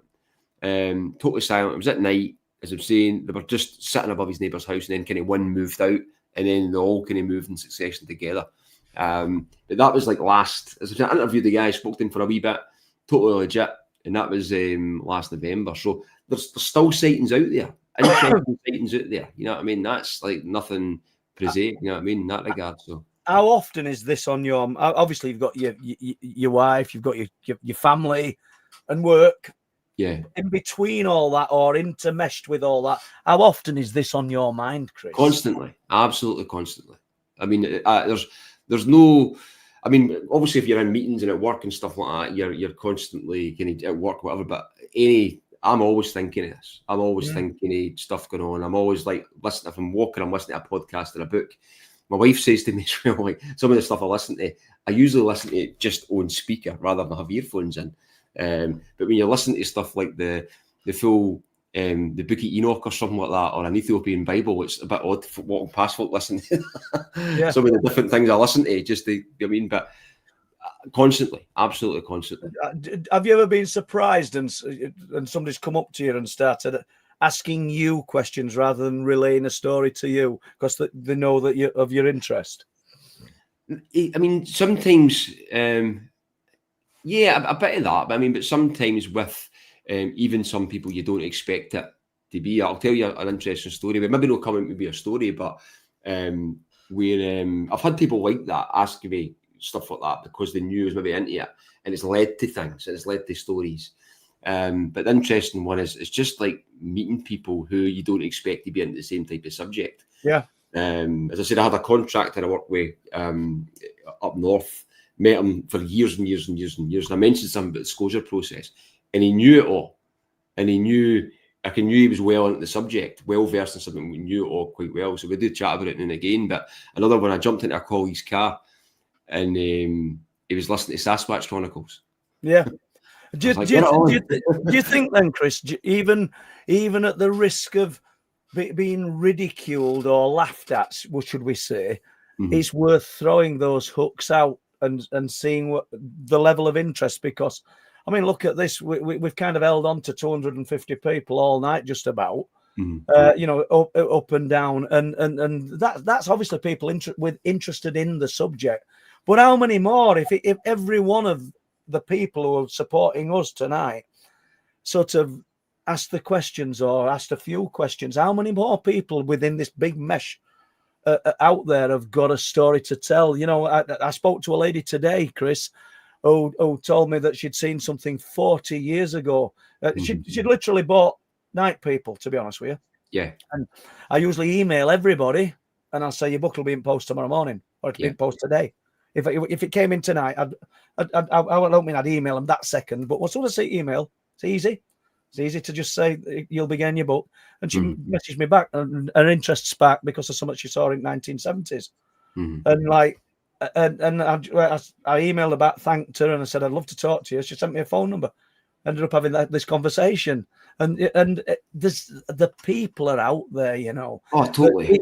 It's like some kind of steel trap where everybody's terrified to speak in case it shuts tight and you're just left looking like an idiot, because the populace is primed. I think they're ready to share these things. I really do.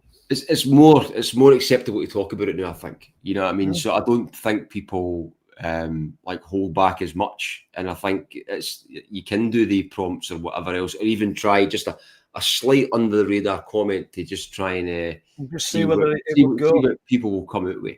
You know what I mean? And that's Thank the best. you, Richard. Do you know, Chris? I don't know how far I am behind with these questions, but we've got to 9 o'clock, and I really appreciate it because I know you've had a massive day at work. You've come back. You've had things to do with your family, and yeah, we've not even planned this. So you're going to come back in a couple of months, and we'll do a bit more of this. And definitely, yeah, absolutely. So, guys, if your questions haven't been asked, apologies from myself. Blame me. Well, there's only me to blame, innit? So you've got to blame me. Chris Meek, thank you very much. Gemma, Alison, Lee for doing moderating, and everybody else in chat. Thanks for support, guys. And we shall see you guys, all being well, Sunday. Thanks, everybody. Thanks, Paul. Thank you, Chris. Thank you.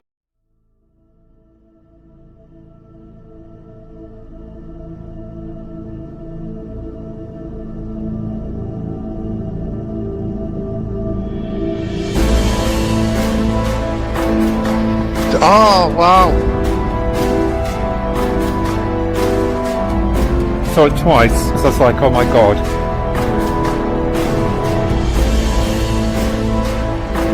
That was just weird.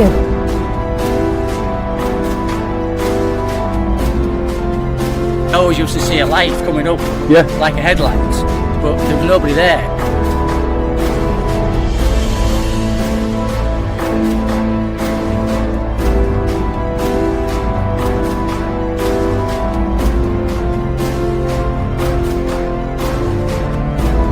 Oh, it's just as weird.